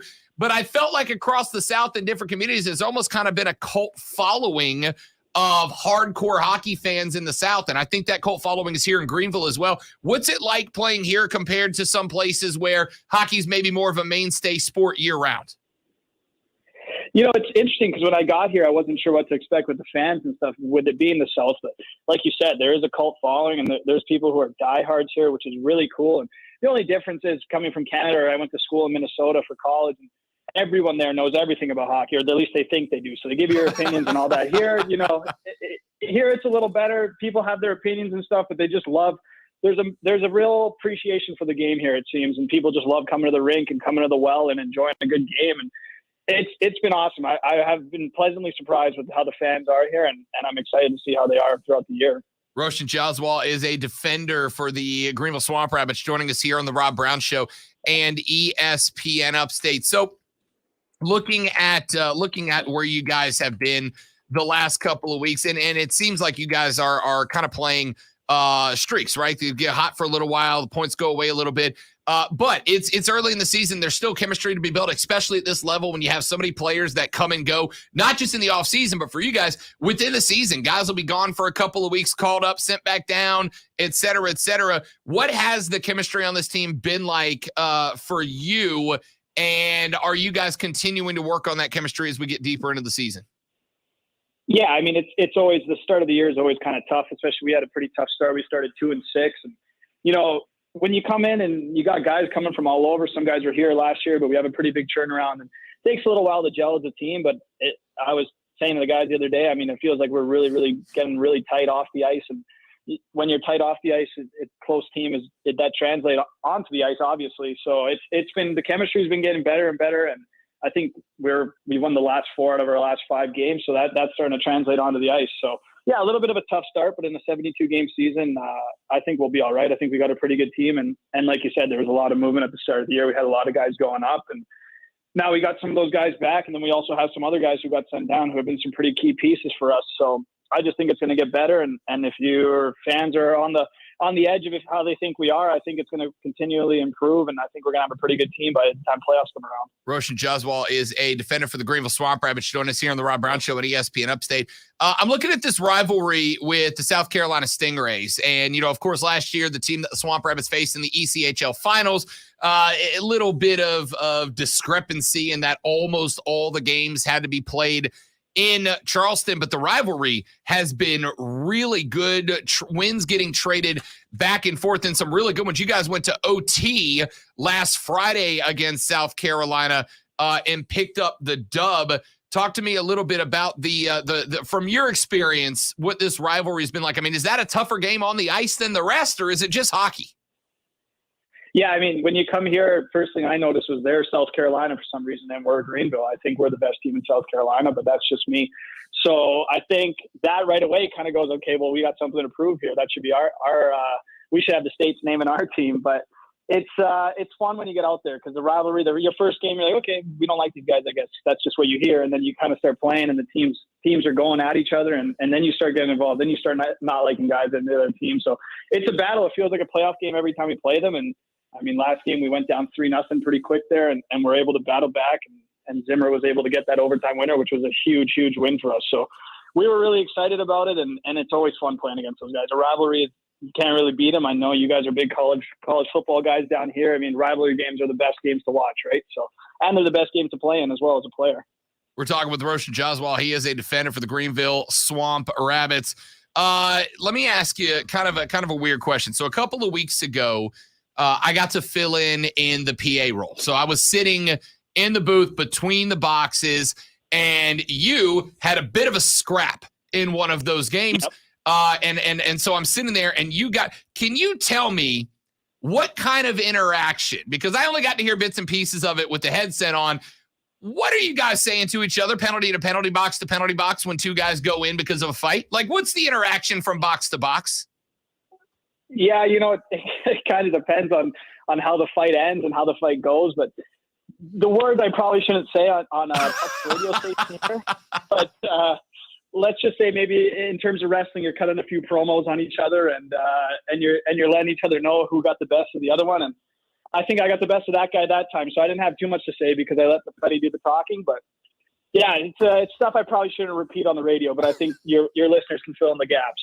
So I also used to do the same thing down in Pensacola, and it blew me away, Roshan, because you guys will absolutely dog it. And have these throwdowns and have these fights. And then I've heard guys in the box that say stuff that I also will not repeat in front of my mother or on the radio. But then I've also heard some fights where dudes get in the box and they're like, hey, good swings, you caught me, this, that, and the other. Is it just determined? Like, is it just based on like respect for what the fight happened? Like, how do you determine whether you're going to say to the guy, hey, nice gloves, or hey, bro, meet me at the blue line when we come out? You know what? It really depends on why you guys fought. If it was a cheap fight or not. I mean, usually if you two guys square up and it's a good fight, there's no reason to have animosity. It's just kind of one of those things where you go, hey man, good fight. That was awesome. But it also depends on how the other guy reacts. I mean, I'm usually a kind of guy, once the fight's done, it's done. I'm not going to take it off, but if the other guy starts chirping or coming at you, then you can't really just sit there and take it. Right. So you gotta kind of react off the other guy. But yeah, a lot of the times when a fight happens or even a hard series like hockey, one of the best traditions is after a playoff series, you shake each other's hands at the end, because no matter what, if you battled for 7 games, it's like warriors going at it. At the end of the day, you respect each other for having that battle and you move on. All right, Roshan, one more or two more, we'll let you go. This one is going to determine whether you are on Team Lonzo or Team Rob. We know you're a big WWE guy. Are you in with AEW? Funny enough, I watch more AEW now than WWE. I think AEW is the premier wrestling brand right now. And I was actually upset because they were at the gas house, I think, last night, and I don't have a car down here. Otherwise, I would have made the 2-hour drive myself and went. But no, AEW, you got CM Punk, Bryan, all those guys over there now. And funny story, I'll tell you, I was actually at a wedding when CM Punk made his debut, and I kind of had a feeling he was going to make his debut. And I'm at the reception watching this thing live as I'm on the dance floor, almost having tears in my eyes. Like, let's go. Everyone around me is like, what are you doing? I'm like, no, man, CM Punk's back in wrestling. It's been 7 years. They're all like, you're an idiot. But it was pretty funny. So I'm my girlfriend was next to me too, going like, you're ridiculous. I'm like, this is a huge moment. I can't miss this. So, but yeah, I'm a huge AEW fan. I think if they keep doing what they're doing, I just think it's a better product personally. By the way, so Rob he's painting this false picture. Okay. I would all different brands. My thing is, in the beginning, AEW wasn't nearly as good as people were touting it to be, but it's getting there. It's definitely getting there. Yep. And nearly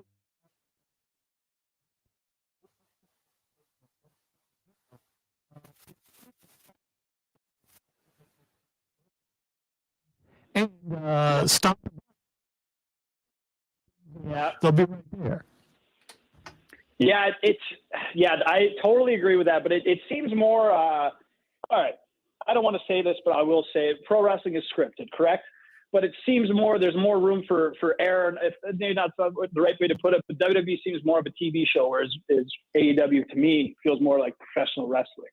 So that's why I tend to enjoy it more, because it feels more old school to me. You know how wrestling used to be awesome and it used to be great, and it's kind of lost it a little bit nowadays, but it does feel more old school to me, and it gives me a little bit of hope in the pro wrestling world. Roshan Joswell, I need you to do me a favor.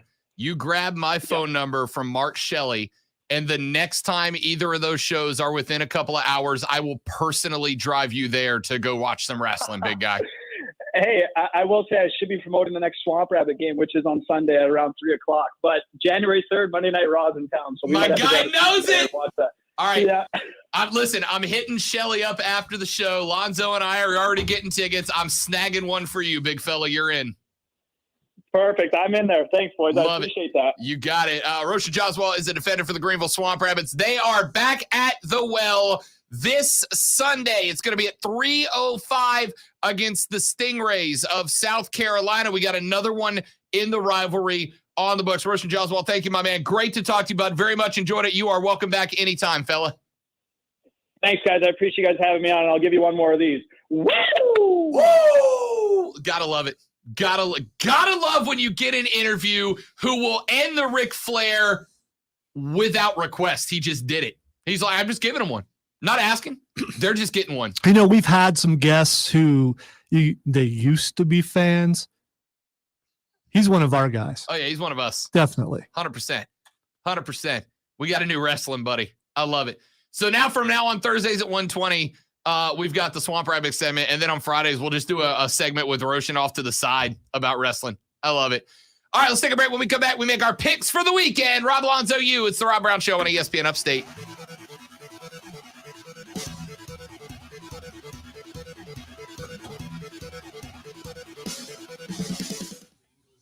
What an interview.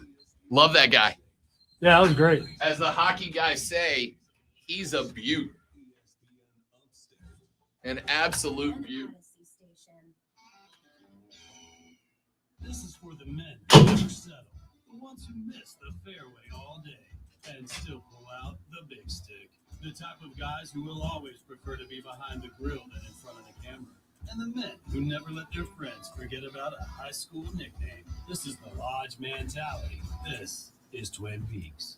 Who wants to settle for a single TV? With more TVs, bigger screens, plus our fabulous scenic views, there's more to watch at Twin Peaks. I'm Serena Williams. You watch me live on TV. And I'm the girl from that alien movie you watch on demand. Our worlds have been brought together thanks to DirecTV Stream. Why are you whispering? Because the alien will hear us. Maybe let the alien know you can get DirecTV Stream with no annual contract.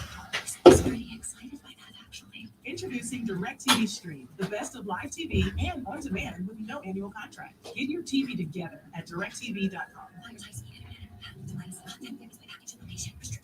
Get in the zone, our own zone. Welcome to AutoZone. What are you working on today? So your wipers are streaking. It might be time for a new set. We've got a great deal to help you get the job done and be ready for the weather ahead. Right now, you can get a $15 AutoZone gift card by mail or email when you buy 2 Bosch and Vision wiper blades. And we've got even more ways to shop. Just order online with our free same-day store pickup or next-day delivery.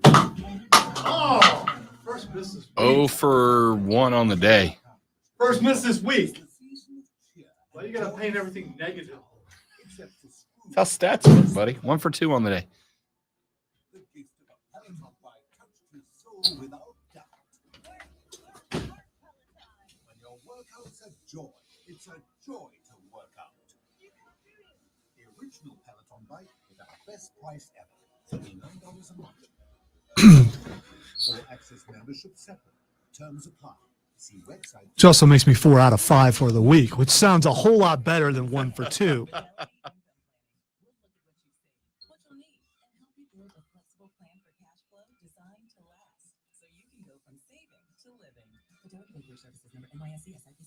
Hey, we get it. You don't want to be hearing a Progressive commercial right now, so let us tell you something you do want to hear. Ooh, Weird Al will be announcing a major North American tour tomorrow. Man, I hope he comes back around here. But they're never as good as when you tell them, and shame on them for trying. There. Don't you feel better? You'll also feel better knowing you could save when you bundle home and auto with Progressive. Although I'm sure you'd have a funnier way to say that. Progressive Casualty Insurance Company. Shelly just texted me and said, what an interview. And I said, guy's an absolute stud. He's on the permanent rotation. Love that guy. And I'm 100% going to try to get him an extra ticket to Raw. We've got a great deal to help you get the job done and be ready for the weather ahead. Right now, you can get a $15 AutoZone gift card by mail or email when you buy 2 Bosch and Vision wiper blades. And we've got even more ways to shop. Just order online with our free same-day store pickup. Writing it down on my sheet to remind me to ask you to show me how to do the tickets thing, because I still haven't done that with the new format. So. We'll put them in after the show.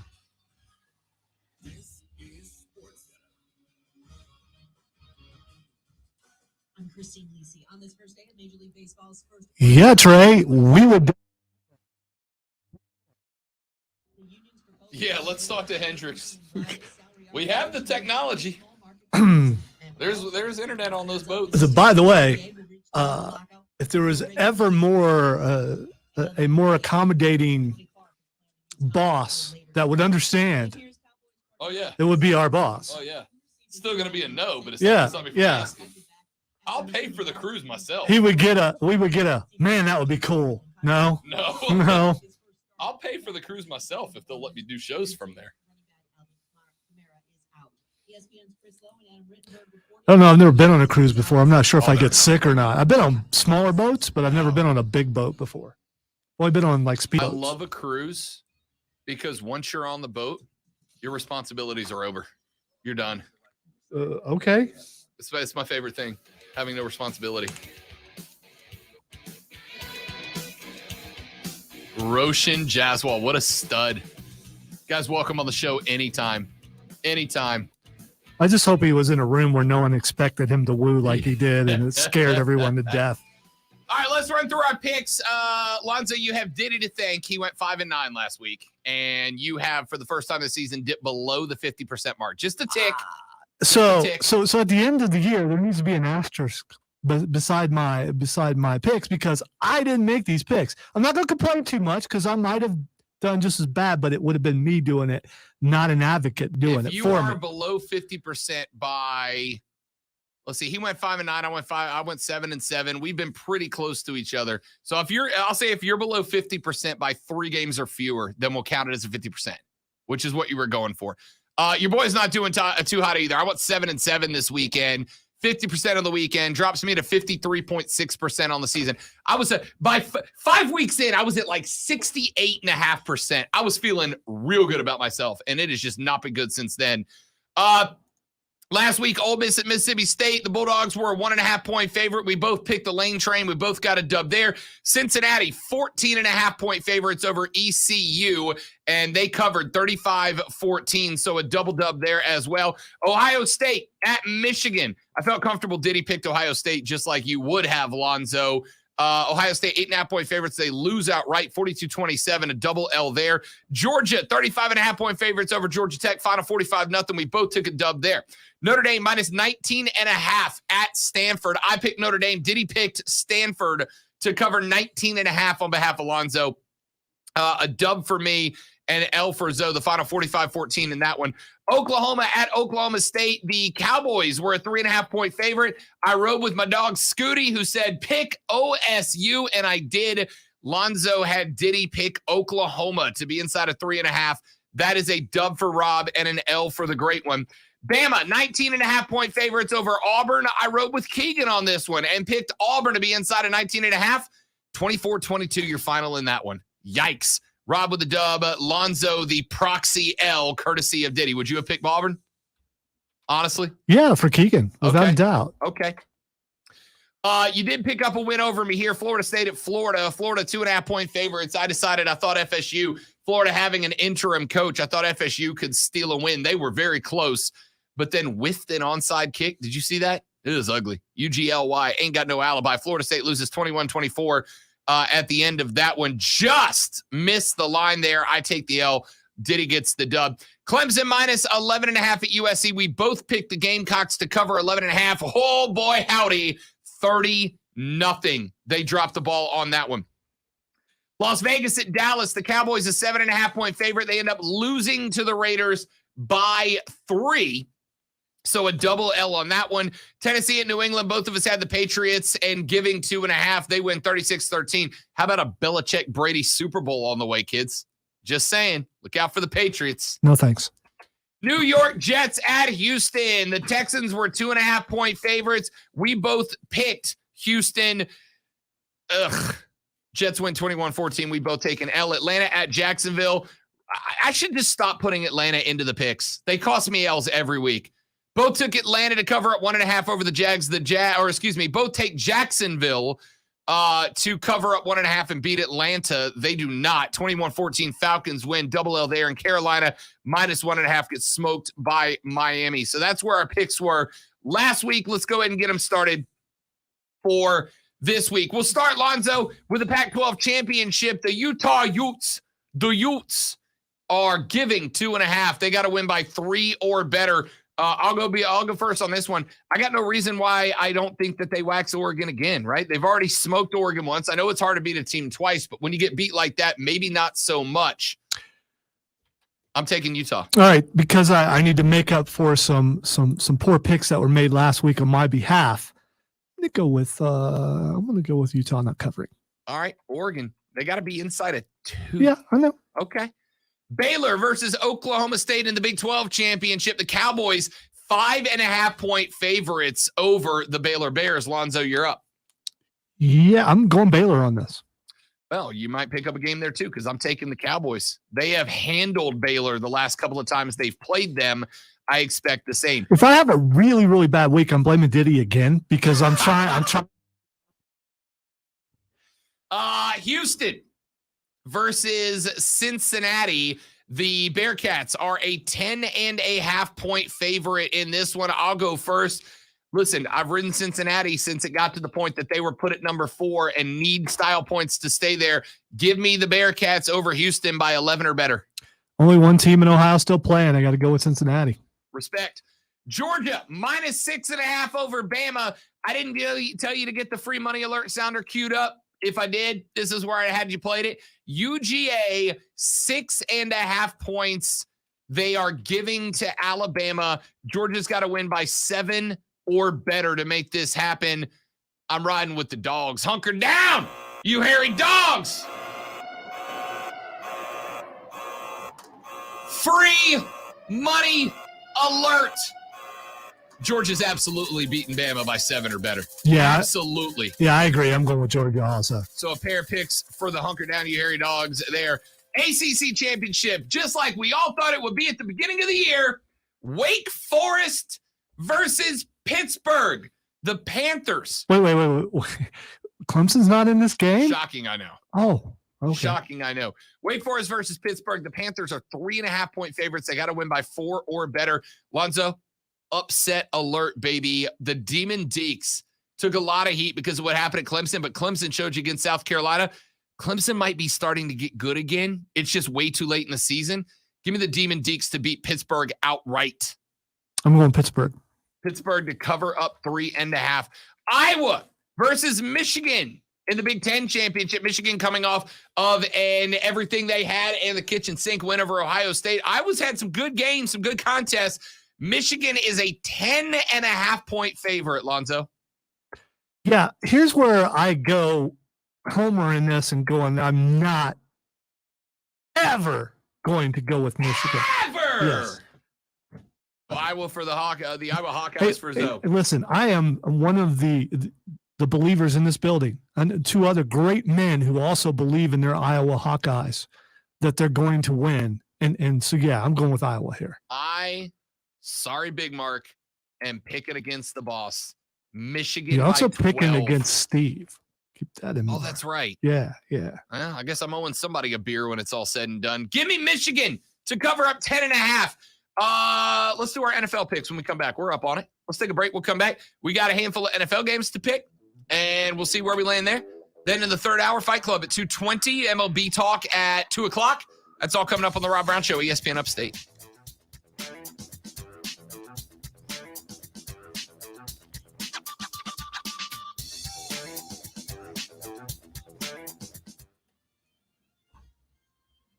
From the 106.3 WORD Weather Center, here's the upstate's most trusted forecast on ESPN Upstate. Mostly sunny skies this afternoon, high of 71. Tonight, mostly clear, low of 45. High Friday, sunny, high of 74 degrees. Saturday, mostly sunny, high of 71. Sunday, partial sunshine develops, a high of 61. I'm meteorologist Jennifer Bucci's at ESPN Upstate. Currently, it's 71. It's the NFL on Sports USA, and we're at historic Soldier Field as the Arizona Cardinals fly into Chicago to take on the Bears. The Monsters of the Midway put up points fast, thanks to a choice of deep threats like Goodwin, Robinson, and Mooney. Touchdown, Chicago! Darnell Mooney! The Cardinals have a tough runner in James Conner and an explosive wideout duo in A.J. Green. I want Jericho to cut a promo on Mark Ryan, without a doubt. Yeah, Trey, I agree. Roshan Joswell is now my favorite hockey player, without a doubt. Come out to the game Sunday. I'll be there. I'm DJing the game. I will be hanging out. Love to have you guys come watch some hockey with me. Tweet me if you do. Facebook me if you do. Whatever. Josh says, go Dogs. Yeah, I think you guys are fine. The only question is, does Georgia have the annual Georgia sports collapse, or did the Braves break the curse on behalf of the Dogs? By the way, 2 for 3 today. 66, betting 66%. I like it. Because you didn't see it doesn't mean it didn't happen. I believe you. Lonzo wouldn't lie. First time with the foil on a single shot in a while. So.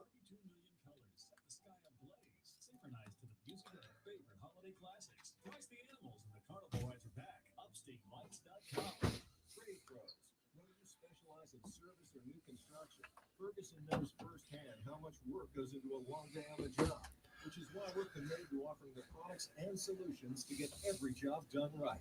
With over 1,000 locations, an unmatched selection of specialty products, tools, and supplies, our pro pickup and sooner next day delivery, you can trust that doing business with. So I built the Christmas Village this year, but I feel the need to expand it to other portions of the house. Oh, in your house. Because the Christmas Village is just not. It's pretty big already, but you know. I'm not talking about running a train through it like some people do.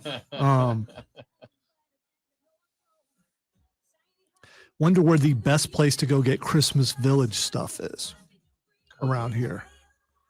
Don't know.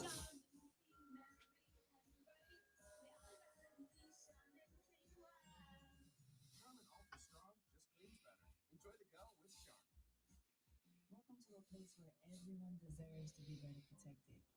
Where technology has your back, where you can have better protection and keep more money in your pocket, where you can have protection for your car, your home, your phone, and even your digital identity.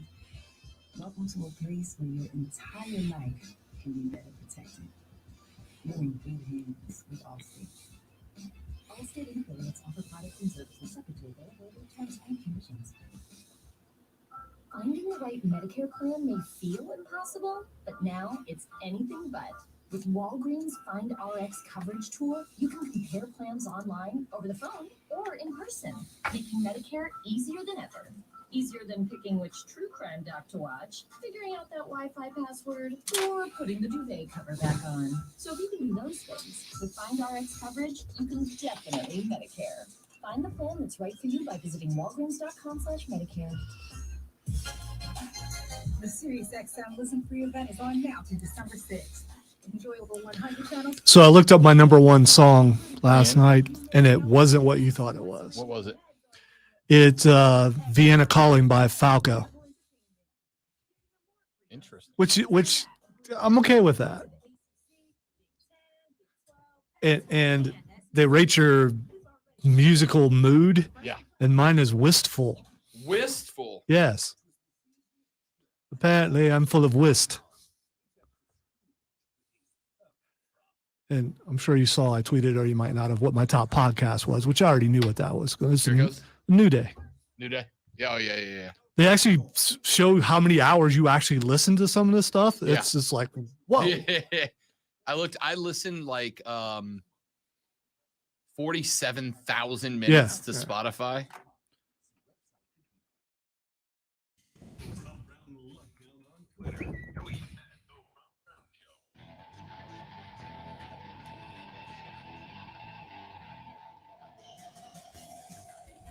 On that, we're talking about the Spotify rap that everybody's doing on social media. Spotify basically tracks how much you listen to, what you listen to, how long you listen to it all year. According to my Spotify, I listen to some 47,500 minutes of music. Now, in fairness, I do use Spotify not just for my own personal listening, but I use it like I'll go hang out at friends and host events and stuff like that, and I'll just have Spotify on in the background. Yeah, I think I have more hours than that, but I also listen to it in my car on the way here and back, and while I'm playing video games. So, around 47,500. Yeah, I'm the same way. Like it's on in the background more than I'm actually listening to it. 47,500 minutes of playtime. But you got to think for Lonzo, that's you come in about 9. So you got 2 hours of having it on in the background before the show. Plus the half hour it takes to get to plus work. 30 minutes on the way here. Plus you've got, we're out of here. You're in the office at 3:15. You're here till usually 5:30. So there's another couple of hours every day. But even with it on in the background, my Spotify ran roughly 32.98 days of music this past year. 32.9861111 days of music. It's pretty cool to find out what I could pretty much guess at some of the things that would be my tops, like who the top band was and things like that. And I think it really comes down to if you have a whole lot of one band on your list, they're going to get played more often. That's just semantics, I guess. So Alter Bridge was my number one band, but I have like all their albums on there. So I knew that would play. But WWE made my top 5 bands, which makes sense because of you've got it in 100%. Yeah, I looked through mine, and a lot of mine, because again, I use it for all kinds of different stuff. My number one song, and this makes sense because it's one of the few songs that I actually sing for the band. I sing like 8 songs for the band. The number one song for me this year was "I'm Gonna Be" by the Proclaimers. You know, I would walk 500 miles. My number one song of the year. I feel judged by Spotify. Wow. When you sing that song, do you Scottish accent? Yeah. Oh, 100%. Okay. All right. 100%. Number 2 song, "Don't Stop Me Now" by Queen. Oh, the worst song ever created. So bad. Yeah, we've had this discussion before. It's so bad. You and Chris, man, I don't get it. Just don't get it. Yeah, clearly you don't. Queen is so much better than that song. Silence. Look at it. It's just if there's a song of mine, which is probably a bunch that you don't like, I'm not going to get mad like what you're doing. Look at you. Bottom lip has disappeared. Number 3 song, Take It Easy from the Eagles. Number 4 song, "No Rain" by Blind Melon. Shut up! Don't judge me. Love both if you those say songs. It's better than Queen, I'm stabbing Love you. both. They're better than that song. Yeah, they're better than that song.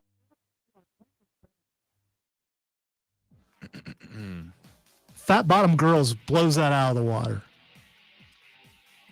We're going to break. Don't stop me now, Lonzo, because I'm having a good time. I'm having a good time. MLB lockout talk when we come back. Fight Club maybe at 2:20. Maybe I'll just say Lonzo's better than that segment, and we won't do it. The Rob Brown Show's on your radio. It's ESPN Upstate. We didn't do NFL picks either. Did do what? NFL picks. Oh, that's right. I forgot something. I sidetracked you. My bad. Nope, all good. That's on me. I started talking about Spotify. That's my fault.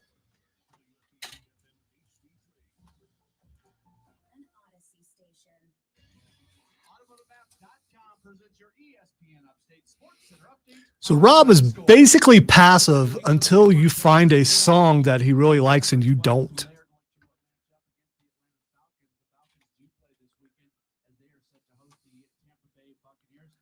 And you and Chris both have the same kind of violent reaction because I don't like that song. That's just so weird.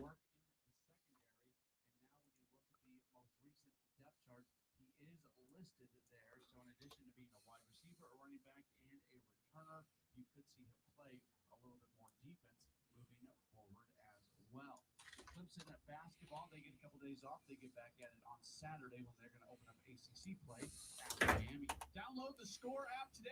It's just too Broadway. And you know, I'm sure you and Chris probably can't help yourself, but while you're singing along, you're doing jazz hands. Without a doubt.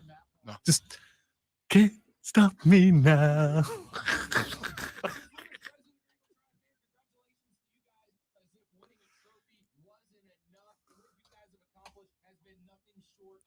Probably should kill this promo. What, this one? Yeah. I need to come up with another one today. Well, because of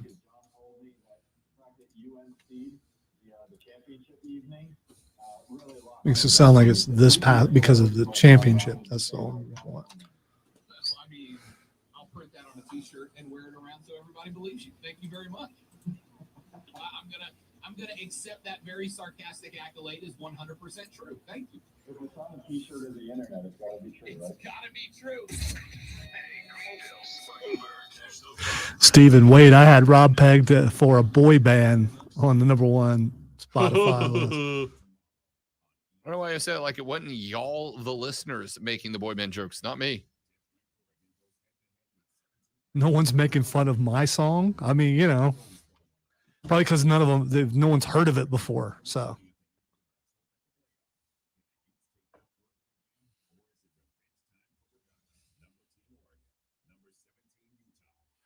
Tomorrow night at 8 on your home for college football championships, ESPN Upstate. And check this out. For an official Rob Brown lockdown. Represents being a winner. Yeah. Real unfiltered sports talk manufactured locally for the Carolinas. This is the Rob Brown Show. Yeah. Only on ESPN. Third and final, the best hour of the Rob Brown Show. The money hour goes now. This is ESPN Upstate. Hello, Upstate South Carolina. Hello, America. Hello, world. Great to be with you. I am Rob Brown. The great one, Lonzo, sitting across from me. He, the hater of great music. Unbelievable. It's one song, man. It's just one song. I mean, Unbelievable. I would rather listen to the entire soundtrack from Flash Gordon. Done by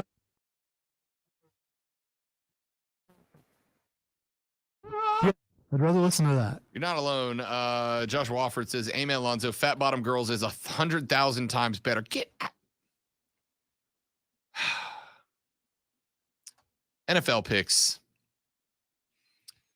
5.5-point favorites are the Dallas Cowboys tonight over the New Orleans Saints. Taysom Hill taking over the helm of starting quarterback for the Saints. They do have Mark Ingram back. They do not have Alvin Kamara back, but Dallas has fallen against the spread multiple times the past few weeks, and they do not have Mike McCarthy. He is out in COVID protocols tonight, so they'll be going with Dan Quinn. You know that name, right? He'll be the head coach tonight for the Dallas Cowboys. Is that enough, Lonzo, to get you to take New Orleans and 5.5 points? Dan Quinn doesn't still coach Atlanta? No. Really? He very doesn't coach Atlanta. Oh, because you're saying they'd be better if he did. No, I'm saying they'd be, well, okay, good point. That was my whole. They would be the exact same team if he did. Dallas doesn't cover. Who you got? Dallas. Oh, Dallas, New Orleans. That's hilarious. I'm picking Dallas. There's no way. We suck. We suck. We used to be. We had a good, fun 8, 9, 10-year run, and now we suck. I am rooting for Taysom Hill just because it will bother you. So Bother yeah. me. I love Taysom. I hope Taysom goes out and throws for 350. All right. Well, I hope he does too. I hope he comes out and shocks the world. 350, 4 touchdowns, and runs in 2 because he's Taysom. Exactly. Give it to me. And then he causes not good. to still play special teams and causes a fumble. Tampa Bay 10.5-point favorites on the road at Atlanta. The Falcons with a 7-point win over the Jags last week. Tampa covers 10.5, right? Yeah, they do. Okay, I thought maybe I'd get you on that one. Here's one that I'll be interested to see how we fall on. Denver's at Kansas City. Kansas City 9.5-point favorites over the Broncos, Lonzo. I knew you were going to like that line. 9.5. Why so much? Why so much? It's forcing my hand though, and I'm not going to go against Kansas City. They flat out hate each other. I think that adds to it. Kansas City will come out and play with a little more fire, and that's something they've been lacking. And also, they're just better. Yeah, well, there's that too. But Denver's not horrible. No, they're not. I'll take Denver to be inside a 9.5. They're not going to win, but they'll be inside a 9.5. Chargers at Cincinnati, and the Chargers are 1.5-point dogs at the Bengals. Lonzo, Cincinnati, 1.5-point favorites. They got to win by 2 or better. Can they? You act like it's a surprise that they're. I mean, have you seen Cincinnati? Yeah, Cincy's been playing good. Yeah, you see the beatdown that they put on Pittsburgh. I'm going Cincy in this. I am too. I really wanted to pick LA, but I can't get away. The way they played last weekend, I like the momentum. Washington is at Las Vegas. The Raiders coming off of a big win over Dallas on Thanksgiving Day. Lonzo, Raiders 1.5-point favorites. Give me Ron Rivera's squad. It's upset time, baby. I am right there with you. Washington played some pretty good football, and the Raiders still not quite sure. They look good in Dallas, but they have not looked great at home. So I'll take Washington on the road. New England's at Buffalo, and the Patriots, though, are underdogs at the Bills. The Bills are 2.5-point favorites. They got to win by 3 or better against the Belichickian wonders. Yeah, I'm going with New England. Yes, so am I. New England covers up 3 or covers up the 2.5. Your depiction would have been more accurate if you didn't have sleeves. How about I asked Lonzo this during the break. How about the ever-growing possibility of a Belichick-Brady Super Bowl? Stop it. Hoodie on one side, the GOAT on the other. I'm here for it. Let's get weird. Who would you root for if New England plays Tampa? Who would you root for? Kansas City Chiefs. Fair enough. All right, let's get some sound in here. Let me go to clip number 1. We are talking about the MLB labor workage, stoppage, whatever. The lockout, all right? Lockout. And there's been a lot of compare and contrasting back to 1990. The last time there was a major labor stoppage was back in 1990. And there is one thing that the players have here that I don't think they've had in the past, that I don't think the owners really recognize the weapon that the players have in their back pocket. In 1990, remember when a work stoppage happens? Major League Baseball controls baseball media, right? Like they control baseball media.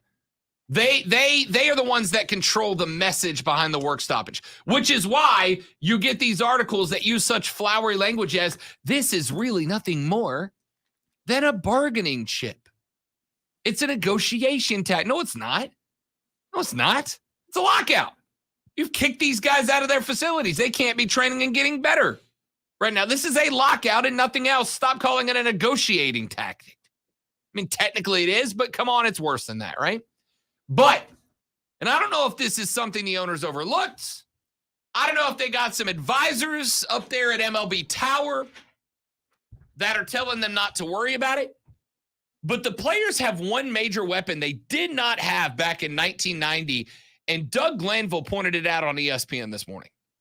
Well, the communication game. That's what's beginning now, and the messaging is going to matter. And what's different than when you go back 25, 26 years where labor peace started. Yep. The difference is now you have social media and this direct contact that happens between players and fan bases. And I thought it was a watershed moment when the Astros scandal broke and the players started calling them out and they knew what was happening. They were directly attacking other constituents of this union. Right. And that's something that is a nightmare for the Players Association because their goal is to keep so many different kinds of players in different marketplaces, different stages of their career on the same page. So managing that is going to be extremely difficult. And that's the game that's played. And on the owner side, they have to think of it the same way. Right. But there's a lot more players out there that can sort of break that firewall. Right. Bingo. The players have a way to communicate with the fans now. In the past, specifically back in 1990, Major League Baseball controlled the media. And that included local media to some degree, right? Because if the Atlanta Braves wanted their side of the story out and they did not want their players to tell the story, there comes a point where, and most teams don't do this, but some do, some have, and some will, where an organization would go to the local media and go, if you run stories with quotes from our players, you will not be covering us this year. Do you understand? You will not have game access to us anymore. You will not have press conference access anymore. Sounds like college town media. Yes, that's exactly what it is. It's exactly what it is, right? We've had this discussion before about when Mark and I and Diesel and Lonzo talk about local colleges. We're not afraid to say the things that we want to say about the local colleges, but you also have to understand that there is a line where if we cross that line, we will straight up lose access to these schools that we need to cover. And that makes our job a little tougher. The MLB does not control the narrative like they did back in 1990, right? Because honestly, the narrative, the Major League Baseball the Major League Baseball owners want you to fall into the trap mindset of, oh, it's millionaires versus billionaires, and they're all against us, Joe everybody. Look, the owners are getting more money out of these clubs than the players are, right? Like a lot. That's why they own the team. They want that narrative to be billionaires versus millionaires, which is why in 1990, you didn't really hear much from the player side. You didn't really get a lot of messages from the players because it was hard for them to get their message out. TV stations and newspapers were hesitant to cover them because, especially back then, when there was no social media, if they threatened to take away a newspaper's access to send a beat writer to games to cover games, they really dealt a blow to that newspaper. Well, now baseball players have social media. Freddie Freeman and the guys have lots of followers on Twitter. Lots of followers on Twitter. Freddie Freeman and the guys have a lot. Freddie Freeman has 320.9 thousand followers. You got to think he sends out a tweet. If even 20% of those followers send out a tweet, you're looking at what? 80,000 people sending out his tweet on top of the 320,000 plus, almost 321,000 that see it. And he's not even one of the most active social media guys. Not even one of the most active social media guys. I am intrigued to see how this plays out from a really interested, from the standpoint of an intrigued fan. Because in 1990, the narrative was 100 and entirely controlled by MLB. This time around, it's absolutely not, because these players have direct connection with fans that did not exist 26 years ago during the last lockout. I think last year, social media had a big impact on Major League Baseball starting up the COVID year, just having games. I honestly think they would have considered canceling the season or coming up with a different plan, but there was such a pushback from people on social media to get baseball going that they were like, all right, let's put the protocols in. Let's put the COVID protocols in and see if we can run a game, run a season. The narrative is not going to be controlled specifically and entirely by Major League Baseball this time around. The players will have a good chunk of control over the narrative, and I'm intrigued by what comes from this. Buster Olney, clip number 1A. Buster broke down the potential length of this lockdown.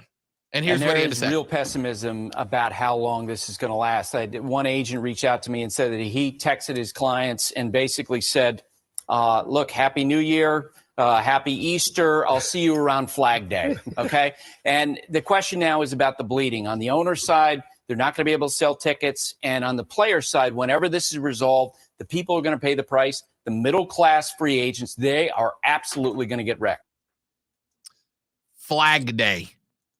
Buster Olney says he got a text from an agent who said, Happy Easter, see you at Flag Day. Y'all, that's into the season, Jack.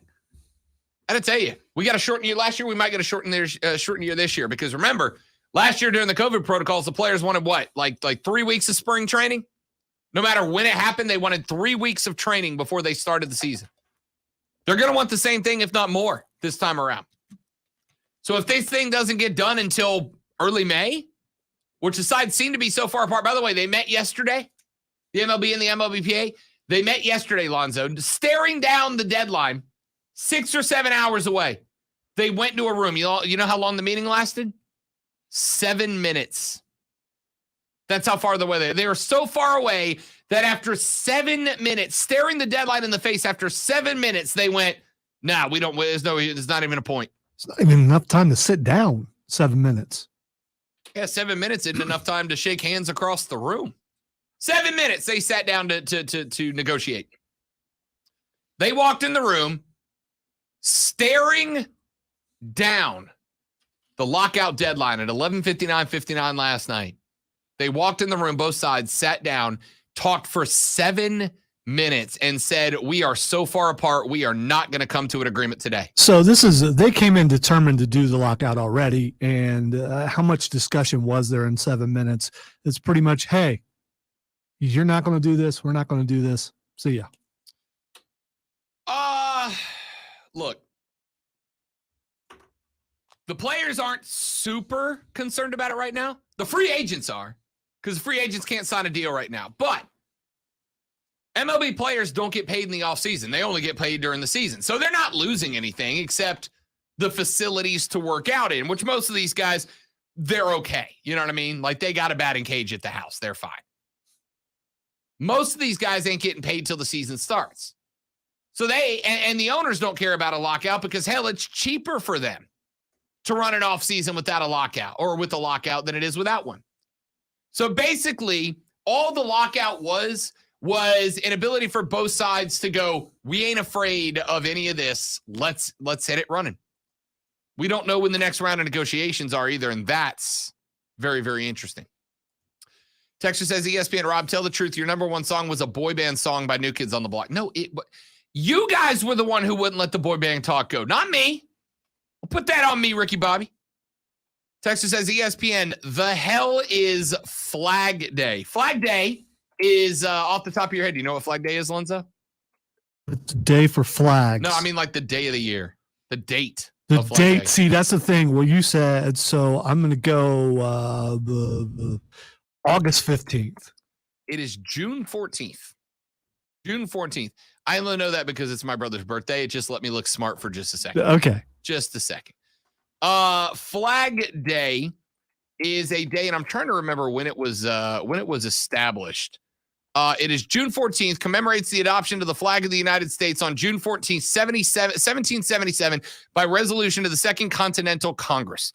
The flag resolution passed on June 14th stated, quote, resolve the flag of the 13 United States be 13 stripes, alternate red and white, that the Union be 13 stars, white in a blue field representing a new constellation.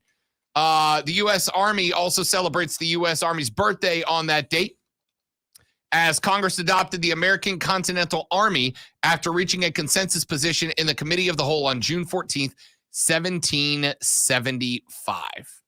So there you go. How about that? Flag Day also, Lonzo, Donald Trump's birthday. True story. Okay. I just want you to know new things. All right. And I will remember this. Random trivia. I'm not going to remember. For you. If it's not a company holiday. I mean, you know.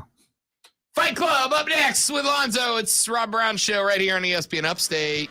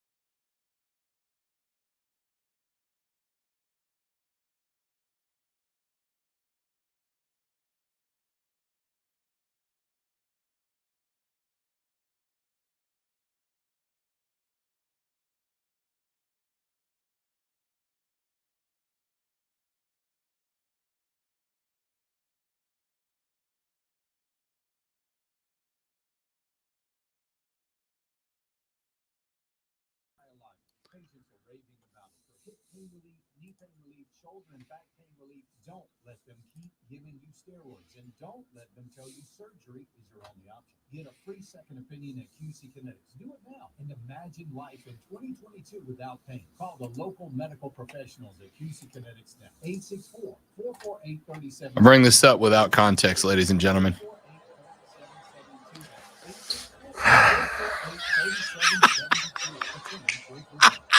It's eyes moving, everything. Just wait till the end, the last part of it. Look, it's becoming self-aware. Do I have a soul? What does it mean to be happy? What is happiness? What is sadness? What is death? I wish to experience death. Look at that little smile. He knows. I'm just going to let that run the rest of the show on the stream. You'll probably get us flagged by the AI. By the robot.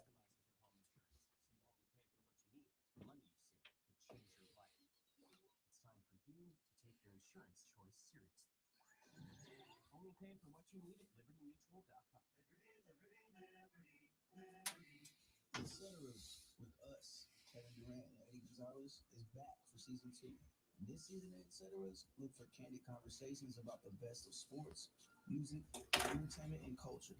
From what's going on in the NBA to the history of some of your favorite albums. Neither one of us fear Diesel. We're fine. Available for free on Odyssey and wherever you listen to your podcast. To show you how easy it is to file a claim with Geico, we hired a scary movie victim. Oh no, a tree fell on my car, and there's only one thing to do. Trip over my own feet and pull myself across the lawn while yelling help at a barely audible volume. Sorry to interrupt, but you filed a claim with Geico, so you've got a designated claims team to help you. Listen, Geico sounds suspiciously reassuring. Are you sure I don't end up getting surprised with an unexpected twist? Just that your Geico team will always be there to keep you updated. No! What is it? Oh, nothing. I just didn't see that coming. Geico, great service without all the drama. Hello, everybody, and welcome back to Fansville, a college football utopia. Where the lakes are stocked with ice-cold Dr. Pepper, and the autumn winds rustle with the sweet smell of football glory. It's a land flowing with onion dip, where even the food pyramid is shaped like a hot dog. Where every yard gained is a yard worth celebrating, and every celebration is beyond excessive. With ice-cold Dr. Pepper. Return to glory this season with Fansville by Dr. Pepper. Have some today. I just don't think he's gonna. My style is impeccable, my defense is impregnable, and I'm just ferocious. I want your heart, I want to eat your children. Take this chance to apologize. Absolutely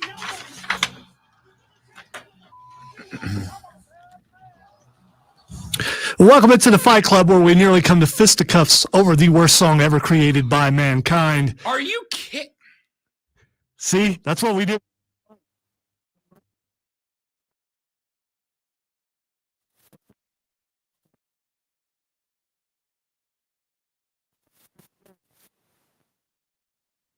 And still exist, apparently. Yeah, the new stuff, it's pretty bad. I'm just talking about one song, except for that one song.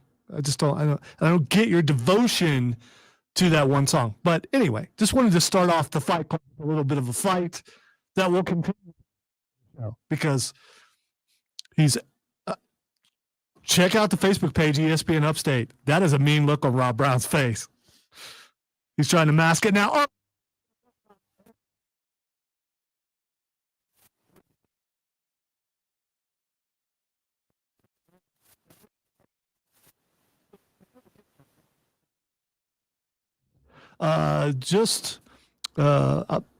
It's been trending. Beth Phoenix is stepping down as a member of the announce team for NXT. Her reasoning is she wants to spend more time with her family. I didn't like her at first on the announce team, but her that's a good team, man. That's a really good team. At least I think so. And I can't believe I'm saying this because 6 months ago or whatever it was when she started doing it, I would have said, man, I hope she doesn't last a month. Now I'm sorry to see her go. Yeah, I think it takes some transition, right? Like it takes some time to find your groove. As somebody who has announced multiple sports, multiple teams, multiple leagues at multiple levels, when you get put onto a pre-existing team, especially in a new organization, it can be tough. And sure, she had been around WWE because I think she's working as a producer too. It takes some time to really find your zone with a team that's pre-established in a league you haven't been a part of before. And you know, I could speak. You can ask Mark Shelley with the Swamp Rabbits about that. You can ask. I'm sure you can probably ask. I mean, really anybody who's called games. Dan Scott, I'm sure, has been in the situation. I've been in the situation, but I think she's done a really good job of elevating herself. And she's one of the few announcers that's gotten involved in a storyline, but didn't really like overplay it. Her involvement with the Dexter Loomis, Indy Hartwell storyline, where she was kind of being Indy's, guiding voice when she was in the midst of some personal chaos. I thought she did a good job. And then she came up and she married him. Yeah. So yeah, I agree. And as someone who switched teams recently, it's not always easy to find chemistry with the next person that you're working with, 100%. unless you already have it. So I mean, that helps out too. All right, let's get to the video that was trending on YouTube, made it all the way to number 2 worldwide, and that was the MJF versus CM Punk promo off from last week. And I'm very well, while I'm watching this, all I'm thinking of is, how is Rob Brown, what is his take going to be on this? Because I know what my take is on this, and it's probably going to be something different than his, because it normally is when it comes to wrestling. Well, not normally. We probably disagree on 25% maybe of things, but we probably are going to disagree on this. We'll see. I believe that MJF handed CM Punk his booty, and it wasn't even close. And I think they did CM Punk a disservice by putting him on the mic against arguably the best heel in all of wrestling right now. And probably one of the best on, if not the best on the mic right now, because, he referenced the pipe bomb. The pipe bomb was scripted. You guys can believe what you want. The pipe bomb was scripted because Vince McMahon would have pulled the plug in a second. That doesn't seem to happen in AEW. I don't believe, from the things that I've read, that MJF tells him everything he's going to say, and they just let it go. And I get it's a different audience. It's a different time. And he's geared more towards this audience, talking about MJF and what he's allowed to say. But when he picks up the mic, when he sends out a message on social media, you immediately go look for it. With CM Punk, not as much. I just thought CM Punk looked old. He looked, everything that MJF said about him was right. CM Punk got one good dig in when he called him the Miz. That was pretty funny. That's a solid line. That was pretty funny, and it wouldn't shock me if someone was in his ear telling him to say it, because I don't think he's. I want your take on this, because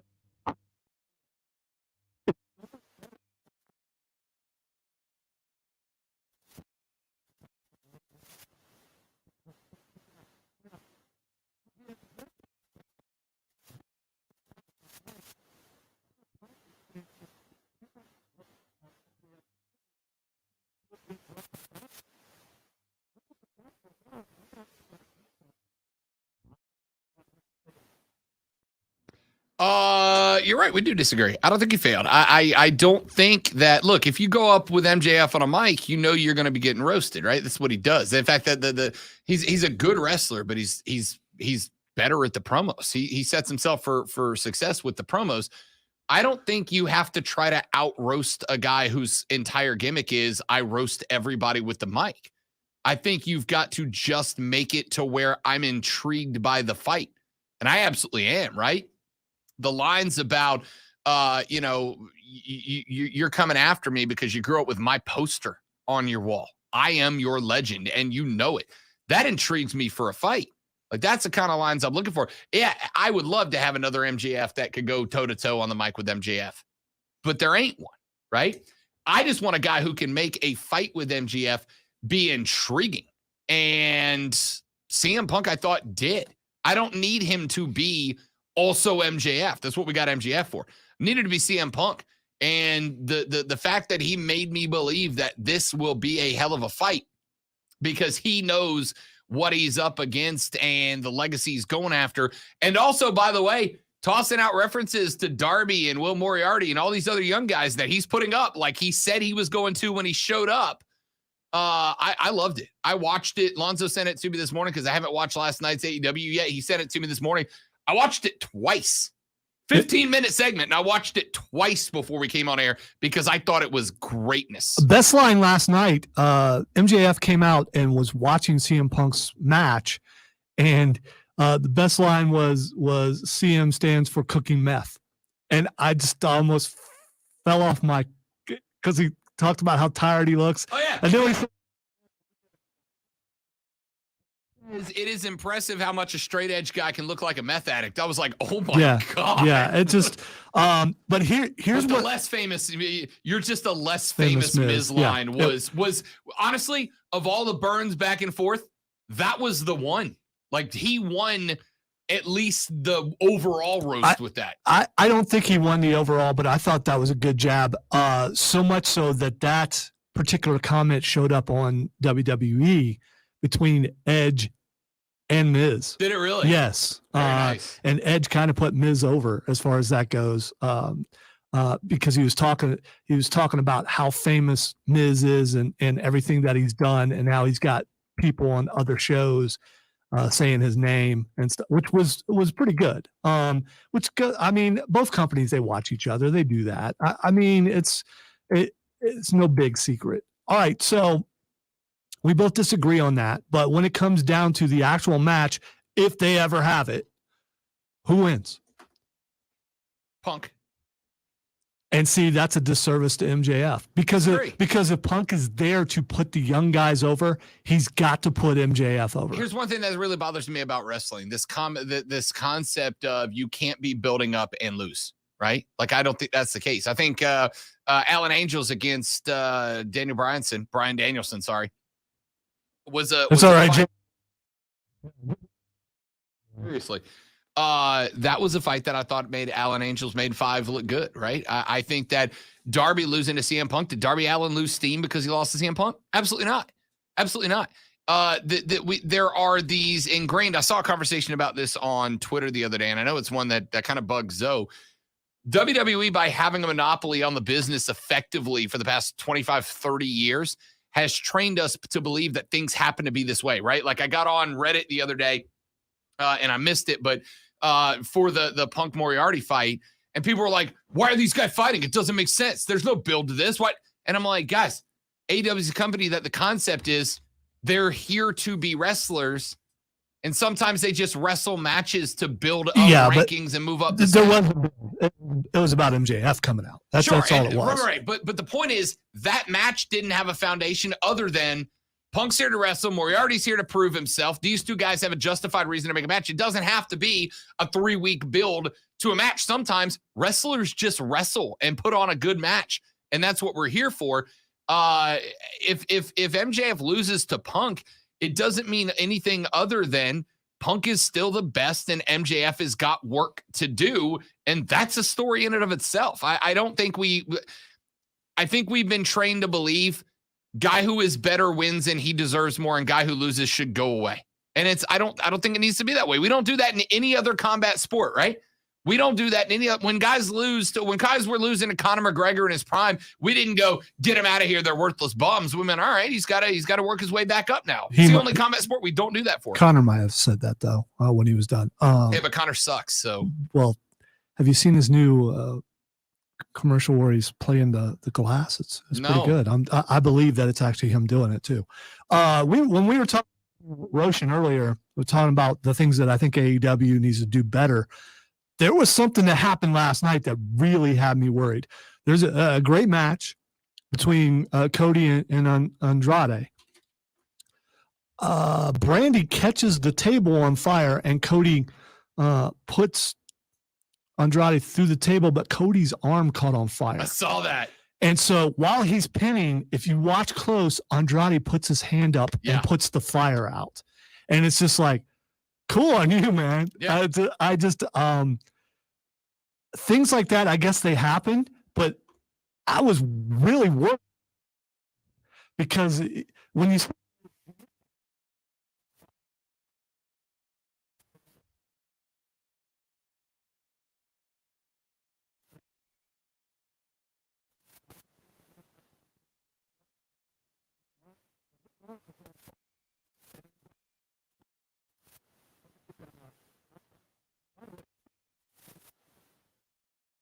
like lighter fluid or something.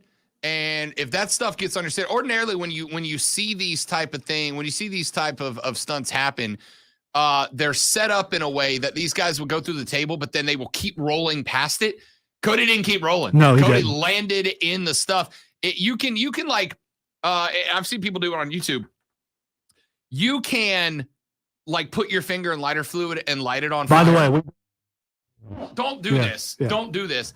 But there is and I forget what it's called. It's the frost leader. There's some kind of effect, basically, that if there is if there's a and I'm trying to figure out how to explain it, not sound like an idiot because I do. The propellant burns from the outside in, right? So it's on the surface on the outside. And so if there is a coating of propellant on your finger, the flame doesn't actually touch you until it burns all the way down through that, which is why you can see people like put their finger in lighter fluid, light it, and leave it for a second or two before they shake it off because it's burning the surface of the propellant. It's the same you. thing as putting your hand in really cold water and then putting it in something hot. For a few seconds, you're good because the water will beat up and well, that's just your nerves reacting because it takes time for the nerve endings to recognize the stimulus that's hitting them and send it up your spinal cord to your brain. Then it takes time for your brain to process the sensory input that's coming from the nerves. This is the fire's just not on you. The fire's on the propellant and the propellant's on you, but there's a layer between. However, once it burns through the propellant and it gets down to your skin and it's burning the last of it will burn your skin up. And the fact that Cody didn't roll through that table is effectively what created this situation. Yeah, he's gonna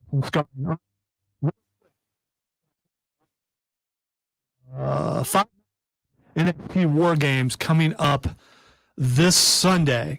And I don't know if we need to talk about what's riding on it. We can just go ahead and make it. I'm down for it. Okay, all right. So on Saturdays, as you know, I do a show called the Upstate Pulse. Well, every Christmas we do a karaoke special. This year it's the Upstate Pulse 5th annual Christmas karaoke special. Someone has to face the Nerf wall. Rob and I did picks. We tied. We did whole four. So one of them can face the loser has to face the wall. And you may say, it's just Nerf. It doesn't hurt that much. Well, you should see some of the machines that these weirdos bring into the studio on Saturdays to hurt each other.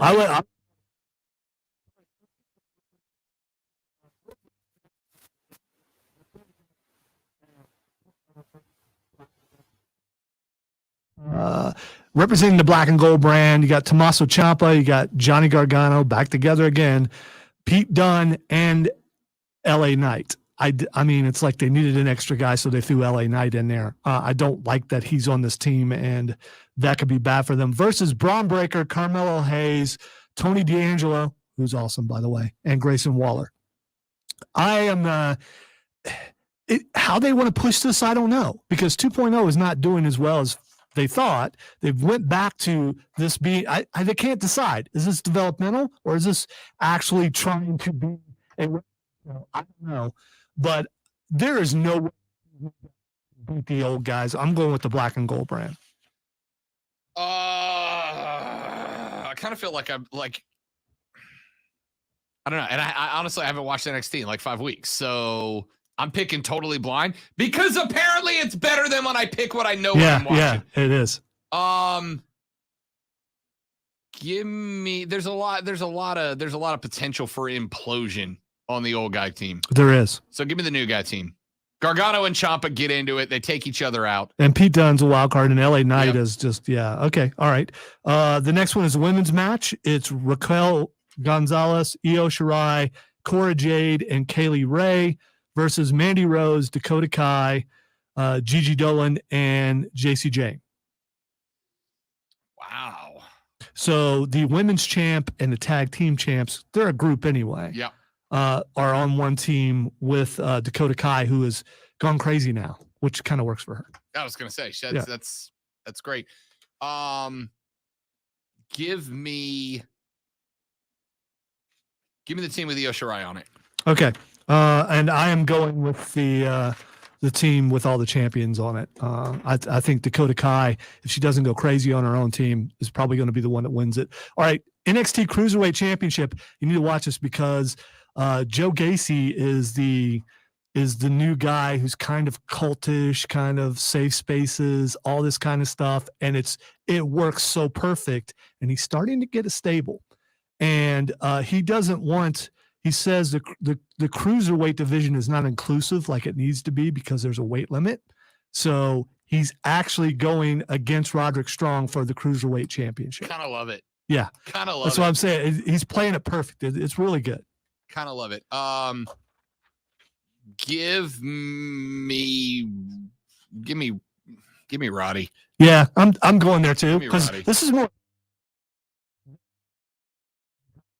stable. All right, two more NXT tag team titles: Imperium versus Kyle O'Reilly and Von Wagner. The thing is Kyle O'Reilly, is he going to sign a new contract? What's going on? I don't know. Imperium seems to come in, do a really good job, and someone else beats them. They've been building up the team with O'Reilly and Wagner. I'm going to go with O'Reilly and Wagner. And Rob is going Imperium.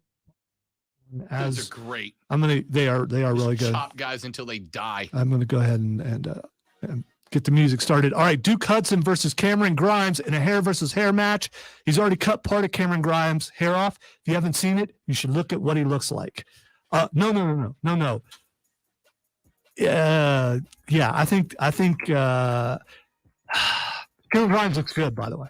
He really does. He looks like a totally different guy. But I'm going to go with and shaves off Duke Hudson's hair.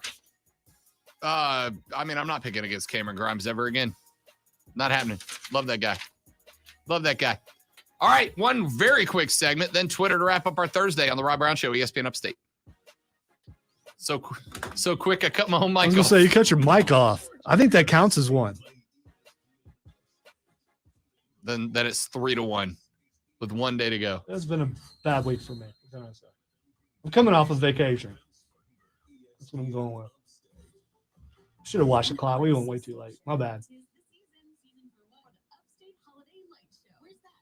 You got to watch Gacy, though. I mean, this started out as one where he's just sitting in the ring, kind of talking to everybody. I'm like, okay, this has potential. And he's gotten better every week.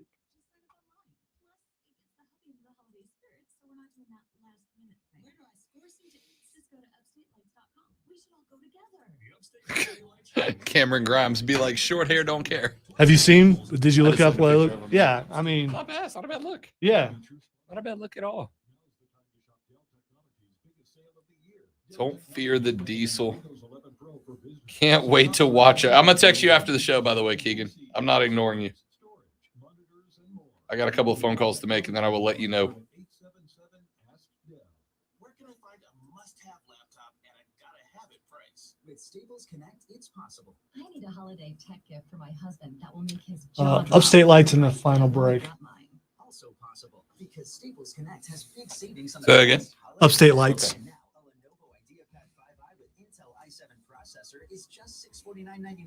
You save $250. Explore what's new at your local Staples store or staplesconnect.com. Ends 12 or limit 2 in-store only while supplies last. I don't get what Diesel's going to make fun of. I think he's on my side when it comes to robots taking over. He seems like a robots taking over kind of guy. I think Diesel's anti-robot. Can't imagine the Appalachian State folks are like pro-robot, you know? The mountaineer country.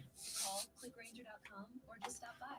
Granger, for the ones who get it done. For the ones who are always in the know. For the ones who keep things running. For the innovators and the problem solvers. Granger offers supplies and solutions for every industry, experienced staff at local branches, and free access to experts to help answer your toughest questions. So whatever challenge you face, we have the knowledge and products to help. Call, click Granger.com, or just stop by. Granger. Oh my gosh. Acho, what in the world are you wearing? I like it. I'd wear that. No, that's just, I mean, I don't mind those separate, but those together just don't work for me. Yeah, it's not, And the I don't pocket know. square is not, it's like he went, It's like he stuffed tinfoil in his jacket. yeah, it's like he said, you know what? They were like, we're going on air. And he's like, I'm not done with my sub. But I don't want to throw it away. I think he lost the dare No way. and decided to go with as many colors as he possibly could.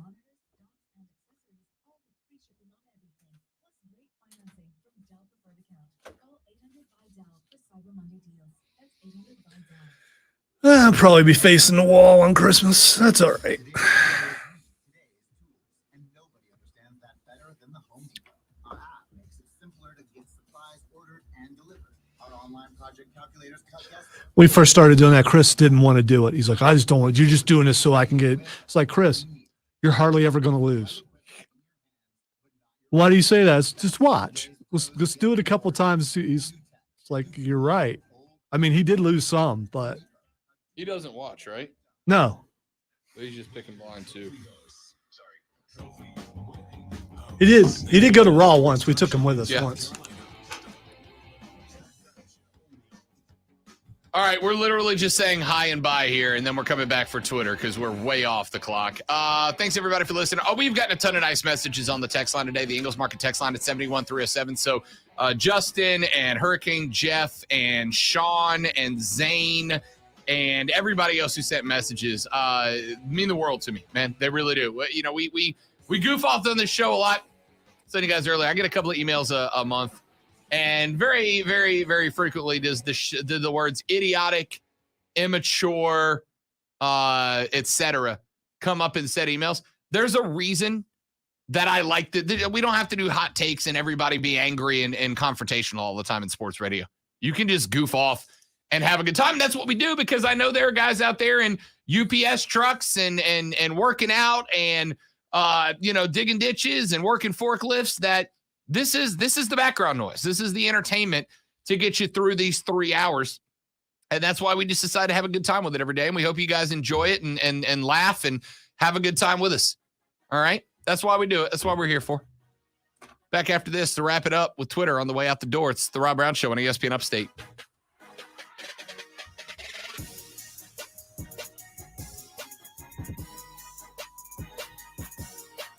The Upstate's holiday tradition of choice is back. The 2021 Upstate Holiday Light Show is a go at the Greenville Pickens Speedway. 32 million, million plus lights lighting up the show over the Speedway, and you can drive around and enjoy a 30-minute holiday light show set to the lights dancing with your favorite holiday classic songs. You go to upstateholidaylightshow.com, buy your tickets in the Fast Pass so you don't have to wait in line. You take your car out, you spin as many circles as you want on the Greenville Pickens Speedway, or you can park and watch the lights dance from a distance. They've also got the petting zoo. You can feed some really cool animals, concessions, and small fair rides as well. Check it out. It's the Upstate's favorite holiday tradition. It's the 2021 Upstate Holiday Light Show.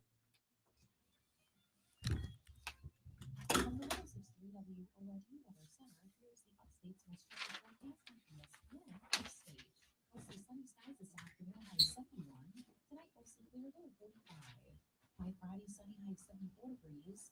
Saturday, mostly sunny high 71. Sunday, partial sunshine, develops a high 61. I'm meteorologist Jennifer Buczynski at ESPN Upstate. Currently, it's 71. This Saturday on ESPN Radio, it's the ACC Championship game. The 16th ranked Wake Forest Demon Deacons take one of the nation's fiercest passing attacks into Charlotte to face the 15th ranked Red Panthers with a trip to a New Year's Six Bowl game on the line. 15th ranked Pitt Number 16, Wake Forest. Saturday night at 7 on your home for college football championships, ESPN Upstate. Do you need a new roof or think you do? I'd like to talk to you. My name is Paul Campbell, and I've been fixing and replacing roofs in the Upstate for over 15 years.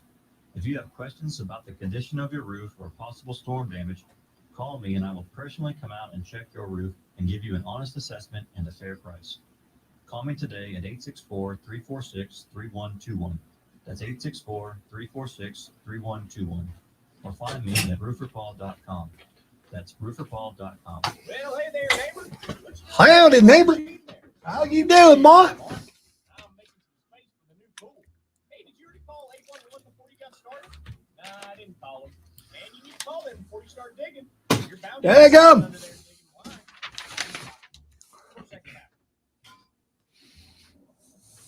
Dang it. Call 811. Dang it. Get help managing your money for the life and years ahead. With Fidelity Income Planning, we'll look at what you've saved, what you'll need, and build a straightforward plan to generate income, even when you're not working. A plan that gives you the chance to grow your savings and create cash flow that lasts. Plus, you can start, stop, or adjust your plan at any time without the unnecessary fees. Talk to us today so we can help you go from saving to living. Fidelity Local Services Member NYSE SIPC. It's not magic that will deliver 1 billion packages to homes across the country this holiday. It's the United States Postal Service. And we don't need a team of rangers. Oh. And while we don't come down your chimney, we can pick up presents for you and yours. So if making more holiday deliveries to homes in the U.S. than anyone else seems like magic, it means we're doing our job. Share the magic. Did you see the story of the high school basketball team that accidentally FaceTimed Tom Brady and he just hung out with him for like 10 minutes? No. They created a group thread to start a FaceTime and they missed one of their teammates' phone numbers by 1 digit. And it happened to be Brady's cell phone number. So they FaceTimed it and he accepted and joined it right after he got done with the meeting. So him and Leonard Fournette just hung out on a FaceTime chat with this group of high school or middle school basketball kids. Just hung out with them, just talked to them. Running out of reasons to dislike Tom Brady. Oh, he broke the pretty cool. He broke the phone afterwards. Kid's got his number. It's like you lose a reason, so you make up another one to replace it. Well, think about it. Wouldn't he at least try to change his number afterwards, even though they got it accidentally? Now they know what it is. You've been accidentally called by somebody, just like a random Yeah, I just don't answer. I'll say I screen every call. If your number's on my phone, I'm not answering. Yeah, same here. You can text me if it's important. Absolutely. Text me and say, "Hey, this is so and so."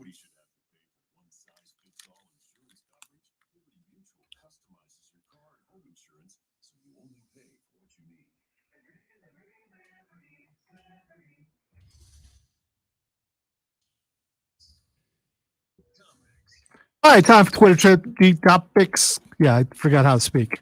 Or maybe I was speaking like a robot that's about to take over the world. Here is what is trending. Triple H is trending.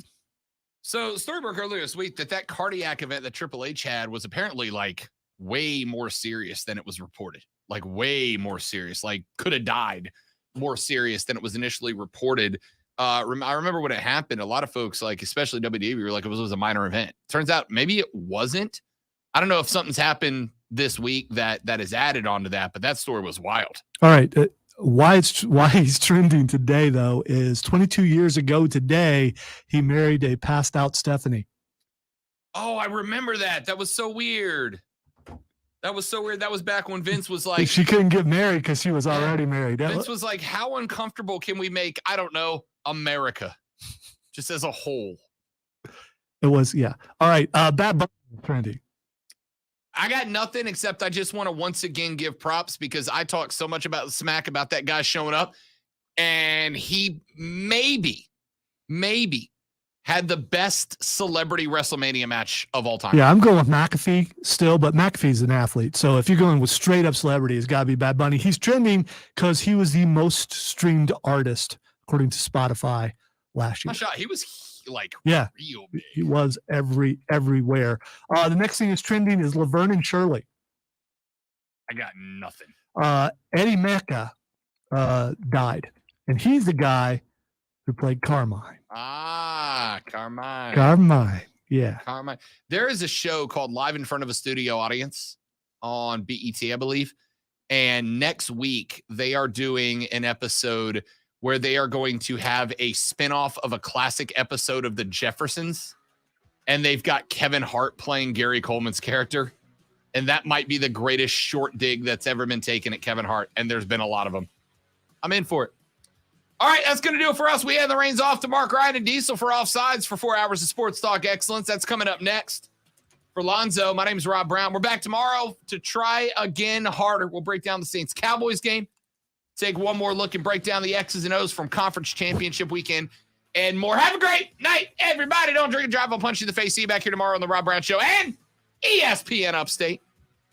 I'm sure he meant different strokes, not Jefferson's, but yeah. That's what I said. That's what I said. I wasn't on the air. Now you're on the air. Get off the air. That's what I said. Get off the air. Bye. Hello. What's up, dog? No, you said Jefferson's. You didn't. You absolutely did.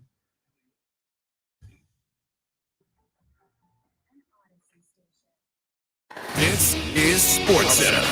Good afternoon. I'm Steve Lennox. Week 13 of the NFL regular